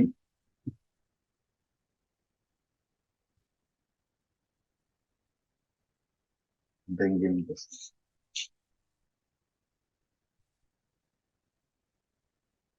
ഹരേ കൃഷ്ണ. ഹരേ കൃഷ്ണ. ഹരേ കൃഷ്ണ. പ്രഭു പറഞ്ഞു ഒരു ഭക്തൻ എപ്പോഴും വിനയത്തോടെ ഇരിക്കണം, മുതിർന്ന ഭക്തന്മാരിൽ നിന്ന് വിനയത്തോടെ കേൾക്കണം എന്നൊക്കെ പറഞ്ഞു. അപ്പം എങ്ങനെയാണ് ഒരു മുതിർന്ന ഭക്തനെ തിരിച്ചറിയാൻ? അതെങ്ങനെയാണ് തിരിച്ചറിയാൻ? പ്രായം കൊണ്ടാണോ, എങ്ങനെയാണ് തിരിച്ചറിയുക? അപ്പൊ നമുക്ക് മുതിർന്ന ഭക്തർ എന്നുള്ള ടോപ്പിക്ക് അങ്ങ് വിടാം. എല്ലാരും കൂടെ വിനയത്തോടെ ഇരുന്നാൽ പ്രശ്നം തീർന്നല്ലോ, പിന്നെ പ്രോബ്ലം വരില്ലല്ലോ അല്ലേ? എല്ലാരും കൂടെയും നല്ല രീതിക്ക് ഇരുന്ന പിന്നെ മുതിർന്ന മക്കളെ തപ്പി വിനയത്തോടെ ഇരിക്കേണ്ട കാര്യമില്ല, ആ പ്രശ്നം അങ്ങ് സോൾവ് ആവും. എല്ലാരും കൂടെയും, അതായത് നമ്മളൊരു സമൂഹത്തിലുള്ളപ്പോ ആ വ്യക്തി, ആ കോൺഗ്രിഗേഷൻ, ആ കമ്മ്യൂണിറ്റിയിൽ എല്ലാവരുടെയും പ്രിയങ്കരനാവണം. അതാകുമ്പോ ഓട്ടോമാറ്റിക്കലി ഭഗവാൻ ഇഷ്ടപ്പെടും. ഇവിടെ നമ്മൾ ഇങ്ങനെ ഇവിടെ പോകുമ്പോ ഈ നമ്പിക്കോയിൽ എന്നൊരു അമ്പലമുണ്ട് ഈ തിരുനെൽവേലി ജില്ലയില്. നാഗർകോയിൽ കഴിഞ്ഞാൽ നമ്പിക്കോയിൽ, തമിഴില് നമ്പി എന്ന് വെച്ചാൽ സ്റ്റുഡന്റ് എന്നാണ്. ഒരു ദിവസം രാമാനുജാചാര്യർ 100 കണക്കില് ശിഷ്യന്മാരോട് അമ്പലത്തിൽ വന്നപ്പോ ഭഗവാൻ ചോദിക്കുക രാമാനുജാചാര്യടുത്ത്, ആചാര്യ, ഞാൻ ഗീത പറഞ്ഞപ്പോ ആരും കേട്ടില്ല, ആരും നന്നായതും ഇല്ല. അങ്ങ് പറയുമ്പോ എങ്ങനെ ഈ 10,000 പേര് കേട്ട് നന്നായത്? ഭഗവാൻ തമാശയ്ക്ക് ചോദിക്കുക. ആചാര്യൻ ചിരിച്ചോണ്ട് പറയാ, അത് എന്റെ ശിഷ്യത്വം സ്വീകരിച്ചാലേ ഞാൻ ആ രഹസ്യം പറഞ്ഞു തരും. അടുത്ത ദിവസം നോക്കിയപ്പോ ഇങ്ങനെ തിളങ്ങുന്ന ഒരു ശിഷ്യൻ വന്ന് ജോയിൻ ചെയ്തു. ഭഗവാൻ തന്നെ ശിഷ്യനായിട്ട് വന്നങ്ങ് ജോയിൻ ചെയ്തു. പിന്നെ കുറച്ച് ദിവസത്തിനകം ആ മുഴുവൻ ശിഷ്യഗണങ്ങളുടെ മനസ്സും അദ്ദേഹം പിടിച്ചെടുത്തു. വിനയത്തോട് ഒരാൾ രാവിലെ എണീറ്റു, കൃത്യമായി ജപിക്കുന്നു, സേവനങ്ങൾ ചെയ്യുന്നു, മിതമായി സംസാരിക്കുന്നു, നല്ല വാക്കുകൾ സംസാരിക്കുന്നു, പറ്റുന്ന സേവയൊക്കെ ചെയ്യും. അങ്ങനെ ഒരാൾ ഇരുന്നാല് ഓട്ടോമാറ്റിക്കലി ആ കമ്മ്യൂണിറ്റി ആ ഭക്തനെ റെസ്പെക്ട് ചെയ്യും, അല്ലേ? ഓട്ടോമാറ്റിക്കലി ചെയ്യും. സേവനം ചെയ്യുന്നു. നമ്മളെ പ്രവർത്തനം, ബുദ്ധൻ പറഞ്ഞതുപോലെ preach the whole day but don't speak, അതൊരു ഫേമസ് വചനമാണ്. മുഴുവൻ ദിവസം പ്രചരിപ്പിക്കുക, പക്ഷെ ഒരു അക്ഷരം ഉണ്ടല്ലേ എന്ന് പറഞ്ഞില്ല. അപ്പൊ എങ്ങനെയാ? പ്രവർത്തനത്തിൽ കൂടെ. സോ ഈ ഇതെല്ലാം ഭക്തന്മാരുടെ, അങ്ങനത്തെ ഭക്തന്മാരെ കൃഷ്ണ ഭഗവാൻ പറയുന്നു എന്റെ ആഭരണമായി, സാധുഭൂഷണം, അവരെല്ലാം എന്റെ ആഭരണമാണ് എന്ന് പറയുന്നു. അത്രയും നല്ല ഭക്തരാണ്. വാരണാസിയിൽ വെച്ച് രൂപഗോസ്വാമി, ചൈതന്യ മഹാപ്രഭു അവിടെ ഇരിക്കുന്നു. രൂപഗോസ്വാമി കാണുന്ന സ്ഥലത്ത് നിലത്തങ്ങ് ചാടി വീണ് ഒരു പിടി പുല്ല് വാങ്ങി വായിൽ വെച്ച് കടിച്ചിട്ട് ഇങ്ങനെ മന്ത്രം ചൊല്ലിയപ്പോ ചൈതന്യ മഹാപ്രഭു കരഞ്ഞുകൊണ്ട് പറഞ്ഞു, Rupa, your humility breaks my heart, നിന്റെ വിനയം എന്റെ ഹൃദയത്തിനെ ഇത് ചെയ്യുന്നു, വേണ്ട എന്ന്. അത് വിനയം എന്ന് പറയുന്നത് ചില ഭക്തരുണ്ട്, എലി പിടിക്കുന്ന ഭക്തർ. ആൾക്കാരെ കാണുമ്പോൾ എലി പിടിക്കും, ഇങ്ങനെ കുനിഞ്ഞ് ഇങ്ങനെ നടക്കുമ്പോ ഇങ്ങനെ നടക്കും, പറഞ്ഞനുസരിക്കില്ല. അതെല്ലാം ആർട്ടിഫിഷ്യലാണ്. വിനയം എന്ന് പറയുമ്പോൾ അത് ഉള്ളിലിരുന്നതാണ്, ഫിസിക്കലി കാണി. പിന്നെ തെറ്റില്ല, ചിലപ്പോൾ അഭിനയിച്ച് നമ്മൾ ഒരു ദിവസം റിയലി വരെയും ചെയ്യാം. ഇതെല്ലാം സൈക്കോളജിക്കലി ഡീപ്പായിട്ട് നമുക്ക് മാറ്റം വരുത്തേണ്ട കാര്യം. ഫിസിക്കൽ അപ്പിയറൻസിലോ അതിലോ ഒന്നല്ല, ഉള്ളിൽ തോന്നണം, എനിക്ക് യാതൊരു യോഗ്യതയില്ലാതെ ഇത്രയും വലിയ ജ്ഞാനം എനിക്ക് കിട്ടി. എനിക്ക് ദേഷ്യമുണ്ട്, എനിക്ക് ആൾക്കാരുടെ അടുത്ത് അസൂയ ഉണ്ട്, കുശുമ്പുണ്ട്, ആരെങ്കിലും ആത്മീകമായി പുരോഗമിച്ചാൽ എനിക്ക് അവരുടെ അടുത്ത് ഒരു ചെറിയ നീരസമുണ്ട്, എനിക്ക് മറ്റുള്ളവർ ബുക്ക് വായിക്കുന്ന പോലെ വായിക്കാൻ പറ്റുന്നില്ല, എല്ലാ കുഴപ്പമുണ്ട്. എന്നിട്ടും എനിക്ക് എങ്ങനെ ഈ കൃഷ്ണാവബോധം കിട്ടി? ആ ഒരു ഗ്രാറ്റിറ്റ്യൂഡ്. ഇത് ദീക്ഷ കിട്ടിയ ദിവസം നമ്മൾ തോന്നൽ അങ്ങ് ബോസായി,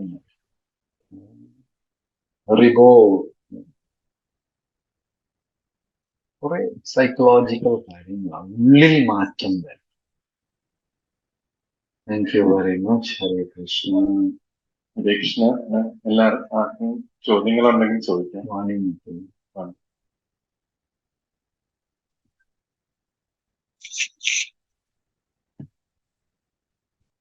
ഹരേ കൃഷ്ണ പ്രഭു. പ്രഭുപാദന്റെ ശിഷ്യന്മാർക്ക് വ്യത്യാസം ഉണ്ടെന്ന് പ്രഭു പറഞ്ഞില്ല, അത് നമുക്ക് ഇതുവരെ വന്നിട്ടില്ല. അതാണ് ഒരു അത്ഭുതം. അവർക്കുള്ള ഉത്സാഹം എന്ന് പറയുന്നത് നമ്മളെക്കാൾ 2 ഇരട്ടി പ്രായമാണ്. ഭാനു മഹാരാജ് ഇവരെയൊക്കെ കാണുമ്പോ എനിക്ക് ചിലപ്പം തോന്നി, ഇദ്ദേഹം മുറി അടച്ചിട്ട് കൃഷ്ണനുമായിട്ട് സംസാരിച്ചുകൊണ്ടിരിക്കുമോ. ഒരു വേറെ ലോകത്തുള്ള ഒരു ജീവിതമാണ്. അതായത് എന്താണെന്ന് അവരുടെ നിറവാണ് അവർക്ക് ഉത്സാഹം തരുന്നത്, സാറ്റിസ്ഫാക്ഷൻ, സംതൃപ്തി, ഭക്തിയിൽ സംതൃപ്തി. അതെങ്ങനെ വെച്ചാൽ നല്ല നാമജപം, നല്ല സേവനം, അതിലൊരു നിറവുണ്ട്. ആ നിറവ് നമുക്കില്ല. നമ്മൾ ഭക്തരൊക്കെ ആണെങ്കിലും ഉള്ളില് അതില്ല, ഇതിലൊരു തൃപ്തിയില്ല, ഒരു മഹാപ്രഭു നിത്യാനന്ദ പ്രേമാനന്ദ സുഖി. നെക്സ്റ്റ് ടൈം ബോലോ ഖാനാ കരോ അമി ബോഡോ ദുഃഖി. നിത്യാനന്ദ പ്രഭു, അങ്ങ് വിചാരിച്ചാൽ മാത്രമേ പരമാനന്ദ സുഖം എനിക്ക് തരാൻ പറ്റുള്ളൂ. ഞാൻ പതീതനാണ്, ഏറ്റവും അതപ്പതിച്ചവനാ, എപ്പോഴും ദുഃഖത്തിലാണ്. ഭക്തിപ്രസ്ഥാനത്തിൽ വന്നിട്ടും ഞാൻ ദുഃഖത്തിലാണ്. ഭക്തിയിൽ തെറ്റല്ല, ഞാൻ പരിശീലിക്കുന്നതിൽ എവിടെയോ തെറ്റ്. പ്രഭുപാദ് പറഞ്ഞു, my rules are very simple, just stick on to it. എന്ന് വെച്ചാൽ നമ്മൾ കൃത്യം ചെയ്യുന്നില്ലെന്നാണ്. എന്റെ 16 നാള് ശരിയല്ല, യമനിയമങ്ങൾ ഞാൻ ശരിക്കും ചെയ്യുന്നില്ല, ബുക്ക് വാങ്ങി. സിമ്പിൾ റൂൾസ്, അത് സിമ്പിൾ ആയിട്ട് ചെയ്താൽ മതി. പക്ഷെ അപ്പൊ നമ്മൾ എവിടെയോ ചെയ്യുന്നില്ല. ഇത്രയും ചെയ്താൽ തന്നെ മതി, ചെയ്യുന്നില്ല എന്നാ. രാവിലെ എണീക്കുന്നില്ല, ജപിക്കുന്നില്ല, അല്ലെങ്കിൽ ബുക്ക് വായിക്കുന്നില്ല, അത് ചെയ്യുന്നില്ല. അപ്പൊ നിറവ് വരുമ്പോ എനിക്ക് വലിയൊരു സന്തോഷം കിട്ടി എന്നറിയുമ്പോ ആ ഉത്സാഹം ഉണ്ടാകും. ആ ഉത്സാഹം അവരെ ഇങ്ങനെ ദിവസം അത് പ്രകടിപ്പിക്കാൻ, ഉള്ളിൽ നിന്ന് കിട്ടുന്ന ആനന്ദം അവര് വിതരണം ചെയ്തുകൊണ്ടേയിരിക്കുക. വിതരണം ചെയ്യും തോറും അത് കൂടിക്കൊണ്ടേയിരിക്കുന്നു. ജനകൻ നരകത്തിൽ പോയതുപോലെ, ജനകനെ നരകത്തിൽ വിളിച്ചു. നരകത്തിൽ പോയപ്പോ അവിടെ എല്ലാം എണ്ണയിൽ കുറെ എണ്ണം തളയ്ക്കുന്നു, കുറെ ഈ മൂത്രം സ്റ്റൂളിൽ കിടന്ന് കഷ്ടപ്പെടുന്നു. അങ്ങനെയൊക്കെ കണ്ടിട്ട് ജനകന് ദയ തോന്നി, ഭഗവാന്റെ അടുത്ത് പ്രാർത്ഥിച്ചു, ദൈവമേ, അഥവാ എനിക്ക് അല്പം പുണ്യം ഉണ്ടെങ്കിൽ ഇതെല്ലാം ഇവർക്ക് കൊടുത്ത് ഇവരെ രക്ഷിക്കണേ. ഇമ്മീഡിയറ്റ്ലി ജനകന്റെ പുണ്യം അവർക്കെല്ലാം പോയി, ആ നരകത്തിലുള്ളവർ രക്ഷപ്പെട്ടു. ജനകൻ എന്ത് പറ്റി? പുണ്യം മഹാപുണ്യമായി മാറി വീണ്ടും ഉയർന്നു. സോ ഈ സന്തോഷം വിതരണം ചെയ്യും തോറും എന്റെ ഉള്ളിൽ അത് കൂടിക്കൊണ്ടേയിരിക്കും. അതുപോലെ ഇപ്പോ മകളുടെ കല്യാണം, അച്ഛൻ 2 ദിവസം 3 ദിവസം ഒരാഴ്ച ഉറങ്ങിയില്ല. എന്നാലും ആ ഗസ്റ്റുകളൊക്കെ വരുമ്പോ ഓടി അത് കഴിച്ചാ, ഇത് കഴിച്ചാ, അത് എവിടെന്നാ ഈ എനർജി വരുന്നു? ആ സന്തോഷത്തിൽ. അതുപോലെ ഭഗവാൻ ഹൃദയത്തിൽ യഥാർത്ഥത്തിൽ ഉണ്ടാകുമ്പോൾ ഒരു സന്തോഷമുണ്ട്. അവർ ഉള്ളുകൊണ്ട് അത് 24 മണിക്കൂർ അനുഭവിച്ചു കൊണ്ടിരിക്കുക. അതാണ് അവരത് വിതരണം ചെയ്തുകൊണ്ടേയിരിക്കുന്നത്. തീരുന്നില്ല, അവർ കൊടുത്തോണ്ടേയിരിക്കുകയാണ്, അത് കൂടിക്കൊണ്ടേയിരിക്കുന്നു. നമ്മളങ്ങനെയല്ല, ഒരു പ്രോഗ്രാം കഴിഞ്ഞ അടുത്ത ഒരാഴ്ച ഉറക്കാം. നമ്മുടെ പ്രോസസ്സിനെ അങ്ങനെ സ്റ്റിക്ക് ഓൺ ചെയ്യുക, ഒന്നും മാറ്റം വരുത്തണ്ട, അത് കറക്റ്റ് ചെയ്തോണ്ടിരുന്ന ഈ സ്റ്റേജിൽ.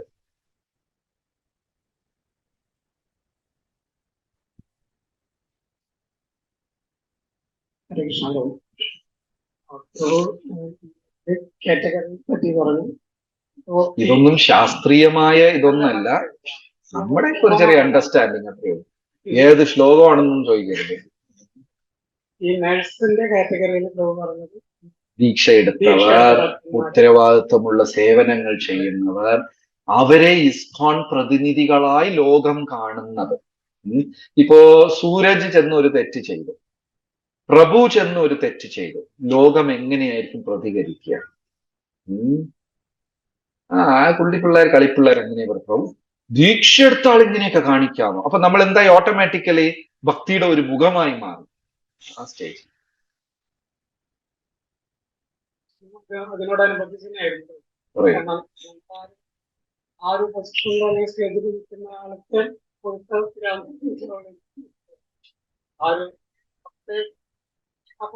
അയാൾക്ക് മുഴുത്ത ഒന്നും ചെയ്യാൻ പറ്റില്ല. അയാൾ നർസിന് ഭ്രാന്ത് പിടിച്ച സൂചിയൊക്കെ മാറ്റിയെടുത്ത് കുത്തിത്തരും. പാടാണ്. അത് ആ സ്റ്റേജിൽ വരുന്നപ്പോ ഈ സ്റ്റേജിൽ നിന്നൊക്കെ പതുക്കെ വരാൻ പറ്റില്ല. അങ്ങനെയുള്ളവർ ആ സ്റ്റേജിൽ ആക്കില്ലല്ലോ. പിന്നെ അങ്ങനെ അഥവാ ആയിക്കഴിഞ്ഞാൽ ആശുപത്രി എന്ത് ചെയ്യും? ഇപ്പൊ നർസിന് മുഴുപ്പിരാന്ത്, സൂചിയൊക്കെ മാറ്റിയെടുത്ത് കുത്തി, ആശുപത്രി എന്ത് ചെയ്യും? പുറത്തിറക്കും. ഞാൻ എന്റെ ലൈഫിൽ കണ്ടിട്ടുള്ളതാ, ചില ഡിവോട്ടീസ് ഭഗവാൻ എടുത്ത് മാറ്റിയിട്ടുണ്ട്. അവര് മാറിയപ്പോ പ്രസ്ഥാനം ബുമ്മെന്ന് വളർന്നു. റോങ് ലീഡർ ആയിക്കഴിഞ്ഞാല് അവരെ മാത്രം നശിപ്പിക്കില്ല, ആ ആശുപത്രി മൊത്തം നശിപ്പിച്ചോ. ഭഗവാൻ അവരെടുത്തങ്ങ് മാറ്റി വേറെ സ്ഥാനം കൊടുക്കും. ലൈഫിൽ അങ്ങനെ കുറെ എക്സ്പീരിയൻസ്.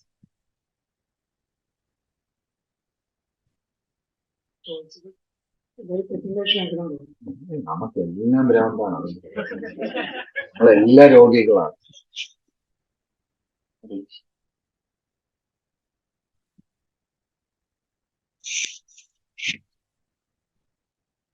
ഹരേ കൃഷ്ണ. ഒരു ഭക്തൻ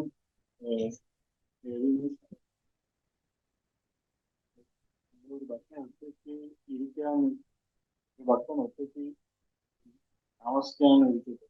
അപ്പൊ ആ ഭക്തൻ ഒറ്റയ്ക്ക് താമസിക്കാണ് ശ്രദ്ധിക്കേണ്ട കാര്യം? ഓക്കെ,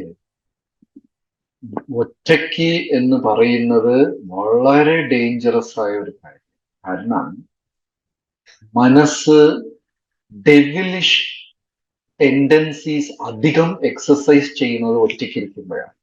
ഇപ്പൊ ഇവിടെ നമ്മളിപ്പോ 1 മണിക്കൂർ കൊണ്ടിരിക്കുകയല്ലേ, ഈ സമയത്ത് നമുക്ക് ആരെങ്കിലും കൊല്ലണോ, ചതിക്കണോ, പറ്റിക്കണോ ചിന്തയെ വരില്ല. നമ്മൾ ഒറ്റയ്ക്ക് ഇരിക്കുമ്പോൾ ഒരാളുടെ കൂടെ വഴക്കുണ്ടാക്കിയ ഒന്നാണ് ഇപ്പോൾ. അതാണ് ഈ സത്സംഗത്തിന്റെ ഇത്. ഈവൻ നമ്മൾ ഇങ്ങനെ ഇരിക്കുമ്പോൾ നെഗറ്റീവ് തോട്ട്സ് പോലും വരില്ല. രാവിലെ 10 പേരുടെ കൂടെ ഇരുന്ന് ജപിക്കുമ്പോൾ നോക്കൂ, അവരെയൊക്കെ ജപിക്കുമ്പോൾ കാണുമ്പോൾ നമുക്കും കൂടെ ഹരേ കൃഷ്ണ ഹരേ കൃഷ്ണ. അത് ഒറ്റയ്ക്ക് റൂമിൽ ഇരുന്ന് ജപിക്കുമ്പോൾ ഫോൺ എടുത്ത് ഇങ്ങനെയാക്കും, പിന്നെ ബുക്ക് എടുത്ത് അതെടുക്കും ഇതെടുക്കും, വേറെന്തെങ്കിലും ആയിപ്പോ.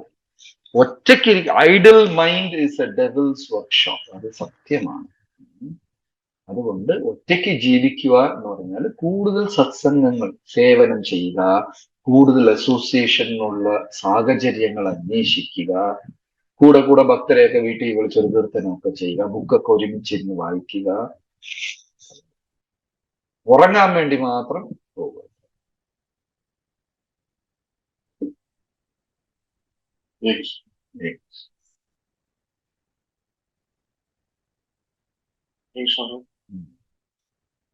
ഇപ്പോൾ എങ്ങനെ ഓർക്കാൻ സാധിക്കും? ഡോക്ടർ പറഞ്ഞ നമുക്കൊരു യോഗ്യതയില്ലാതെ പലപ്പോഴും നമ്മൾ ഒന്ന് വന്നു അതേക്രമം നമുക്ക് ചിലപ്പോൾ ഉള്ളിൽ അങ്ങനെ തോന്നും, അറിയാമെന്ന് തോന്നുന്നുണ്ടോ? നമുക്ക് എപ്പോഴും ആ ഒരു ഗ്രാറ്റിറ്റ്യൂഡ് മെയിൻറ്റെയിൻ ചെയ്യാൻ എങ്ങനെ സാധിക്കും? ഇപ്പോ നമ്മളൊരു നോർമൽ പേഴ്സൺ ആണ്, പെട്ടെന്ന് അമേരിക്കൻ പ്രസിഡന്റ് നമുക്കൊരു മെസ്സേജ് അയക്കുന്നു, നാളെ നിങ്ങളാണ് എന്റെ വീട്ടിൽ VIP ഡിന്നറിന് വിളിച്ചിരിക്കുകയാണ്. നമ്മൾ ആ പാലസിന്റെ അടുത്ത് അല്ലെങ്കിൽ അയാളുടെ സ്ഥലത്തേക്ക് എങ്ങനെ പോകും? എനിക്ക് അപ്പോഴേ അറിയാം ഈ ചാൻസ് കിട്ടും. ഞാനും അമേരിക്കൻ പ്രസിഡന്റും ഭയങ്കര അങ്ങനെയൊക്കെ പോവോ? നമ്മൾ വളരെ ഹമ്പിളാവും അല്ലേ? യോഗ്യതയില്ലാതെ അർഹിക്കാതെ കിട്ടിയതായതെല്ലാം. അപ്പൊ ഇത് കിട്ടുമ്പോ അതിനെ എത്ര മൂല്യം കൊടുത്ത് സൂക്ഷിക്കുമോ അത്രയ്ക്കും അതിന്റെ മൂല്യം വർദ്ധിക്കും. ഒരാൾ റോട്ടിൽ നടന്നു പോയപ്പോ അയാൾക്ക് ഒരു മോതിരം കിട്ടി, കൊള്ളാം, നല്ല മോതിരം, അയാളത് കയ്യിലിട്ടു. ഒരാഴ്ച കഴിഞ്ഞപ്പോ ആരോ പറഞ്ഞു കൊള്ളാല്, സ്വർണ്ണാണോ? അപ്പൊ കുറച്ചും കൂടെ അയാൾ കെയർഫുൾ ആയി, സ്വർണ്ണമാണ്. 1 മാസം കഴിഞ്ഞപ്പോ ഒരാൾ പറഞ്ഞു സ്വർണ്ണാണ്, പക്ഷേ ഇതിലുള്ള സ്റ്റോൺ ഉണ്ടല്ലോ, ഡയമണ്ട് ആണോ? കുറച്ചും കൂടെ കെയർഫുൾ ആയി. ഇനി ഒരാൾ കണ്ടിട്ട് പറഞ്ഞു കുറെ ദിവസം കഴിഞ്ഞപ്പോ ഇത് വന്നിട്ടേ 16-ാം നൂറ്റാണ്ടില് രാജാവ് മറ്റേ രാജാവ് ഇട്ട കോടി ആണോ? ഇതേപോലെ എന്റെ ലൈഫിൽ അങ്ങനെ ഞാനൊരു ആശ്രമത്തിൽ അന്തേവാസിയായി ചേരാൻ അങ്ങനെയൊന്നും വിചാരിച്ചു, വലിയ പ്ലാനിങ് ഒന്നുമില്ല. ഒന്ന് ജോയിൻ ചെയ്തത് 94-ല് ജോയിൻ ചെയ്യുമ്പോൾ 18 വയസ്സ് തികഞ്ഞിട്ട് അവിടെ വീട്ടിൽ ഓടി അതും ചെയ്തു. ഞാൻ ഇസ്കോണി ഒന്നും ഓടിക്കൊണ്ട് അത്രയേ ഉള്ളൂ. എന്താ ഞാൻ ചെയ്യണമെന്നുള്ള ഗ്രാവിറ്റി ഒന്നും എനിക്കില്ലായിരുന്നു. പക്ഷെ വർഷങ്ങൾ കഴിയും തോറും ഇപ്പോ നമ്മൾ ഒരു സ്ഥലത്ത് പോയി ക്ലാസ് എടുക്കുമ്പോൾ ആൾക്കാർ വന്ന് ചോദിക്കുന്ന ചോദ്യം, മകനെ BCom എടുക്കണോ BA എടുക്കണോ? ഞാനേ 10ാം ക്ലാസ് ചെയ്യും. നമ്മുടെ ഓരോ വാക്കും അവർ സീരിയസ് ആയിട്ട് എടുത്താണ് ലൈഫിന്റെ ഡെസിഷൻസ് എടുക്കുന്നത്. പ്രഭു, എന്റെ മകൾക്ക് ഈ ചെക്കന് കെട്ടിച്ചു കൊടുക്കണം, ആ ചെക്കന് കിട്ടും, അത് ചെയ്യണമെന്ന് വെച്ചു, പ്രോപ്പർട്ടി വിറ്റിട്ട് എന്ത് ചെയ്യും? ലൈഫ് അവരെ ജീവിതം നമ്മളെ ശരണം പ്രാപിച്ചിട്ട് അവർ തീരുമാനങ്ങൾ ക്വസ്റ്റ്യൻ ചോദിക്കുന്നു. ഒരു വേർഡ് നമ്മുടെ റോങ് ആയിപ്പോയാൽ അവന്റെ ലൈഫ് പോയി. അപ്പൊ നമ്മൾ അറിയുന്നുണ്ട് നമ്മുടെ വേർഡ്സ് എത്ര സീരിയസ്, നമ്മുടെ പേഴ്സണാലിറ്റി അവർ എത്ര സീരിയസ് ആയിട്ടാ കാണുന്നത്, എത്ര ഗ്രേവ് ആയിട്ടാ. ഈ തിരുവനന്തപുരത്തുള്ളവർക്കേ വിലയില്ലാതല്ലോ, അപ്പൊ പുറത്തുപോയ നല്ല വിലയാണ്. നമ്മൾ സീരിയസ് ആവും, കെയർഫുൾ ആവും. അപ്പൊ ഞാൻ വഹിക്കുന്ന ഒരു റോൾ സീരിയസ് ആണ്. അപ്പൊ നമ്മൾ കെയർഫുള്ളി ഹാൻഡിൽ ചെയ്യാൻ പറ്റും. ആൾക്കാരുടെ ലൈഫിൽ മാറ്റം വരും. അത് എത്രയ്ക്കും നമ്മൾ മൂല്യം കൊടുക്കുമോ അത്രയ്ക്കും അത് നമ്മൾ ചേഞ്ച് ചെയ്തുകൊണ്ടിരിക്കും. ദീക്ഷ കിട്ടി ജപിക്കൂല, ഡിവോട്ടീവിന്റെ കൂടെ വഴക്കും, സേവനം ചെയ്യില്ല, അത് ചെയ്യില്ല, മറ്റൊന്നുമുണ്ട്. ഗ്രാറ്റിറ്റ്യൂഡ് അതൊരു വലിയ കാര്യമാണ്. ഗ്രാറ്റിറ്റ്യൂഡ് ഉള്ള ഒരാളുടെ കയ്യിൽ എന്ത് അസറ്റ് ഉണ്ടായാലും അതെല്ലാം അയാൾക്ക് പ്രോപ്പറായിട്ട് കോൺട്രിബ്യൂട്ട് ചെയ്യാൻ പറ്റും. ഗ്രാറ്റിറ്റ്യൂഡ് ഇല്ലാത്ത ആളുടെ കയ്യിൽ പൈസയുണ്ട്, ബലമുണ്ട്, ബുദ്ധിയുണ്ട്, ഒരു പ്രയോജനം, അതൊക്കെ ദോഷത്തിനായിട്ട് മാറിപ്പോകും.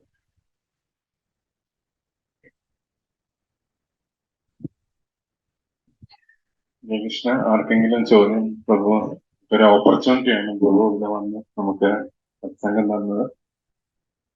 ആർക്കെങ്കിലും ബേണിംഗ് ആയിട്ടുള്ള എന്തെങ്കിലും ക്വസ്റ്റ്യൻസ് ഉണ്ടെങ്കിൽ ചോദിക്കും. ഇതേ ടോപ്പിക്സിൽ റിലേറ്റഡ് ആയിട്ട് നമ്മൾ ശനിയും ഞായറും 2 ദിവസത്തെ 2 hours സെമിനാർ കൃഷ്ണ ബൽറാം ക്ഷേത്രത്തിൽ വെച്ചിട്ടുണ്ട്. കുറെ പേര് ആളുണ്ടെങ്കിൽ മേലെ ടെമ്പിൾ ഹാളിലായിരിക്കും, ആള് കുറവാണെങ്കിൽ താഴെ സെമിനാർ ഹാളിലായിരിക്കും. ശനിയും ഞായറും 6 മുതൽ 8 മണി വരെ. എത്ര പേരുണ്ടാകും? 2 ദിവസം. ഭക്തിലതാർ എന്നാണ് വിഷയം. അതിനൊരു പ്രധാന ഘടകങ്ങൾ ശീലപ്രഭുപാദ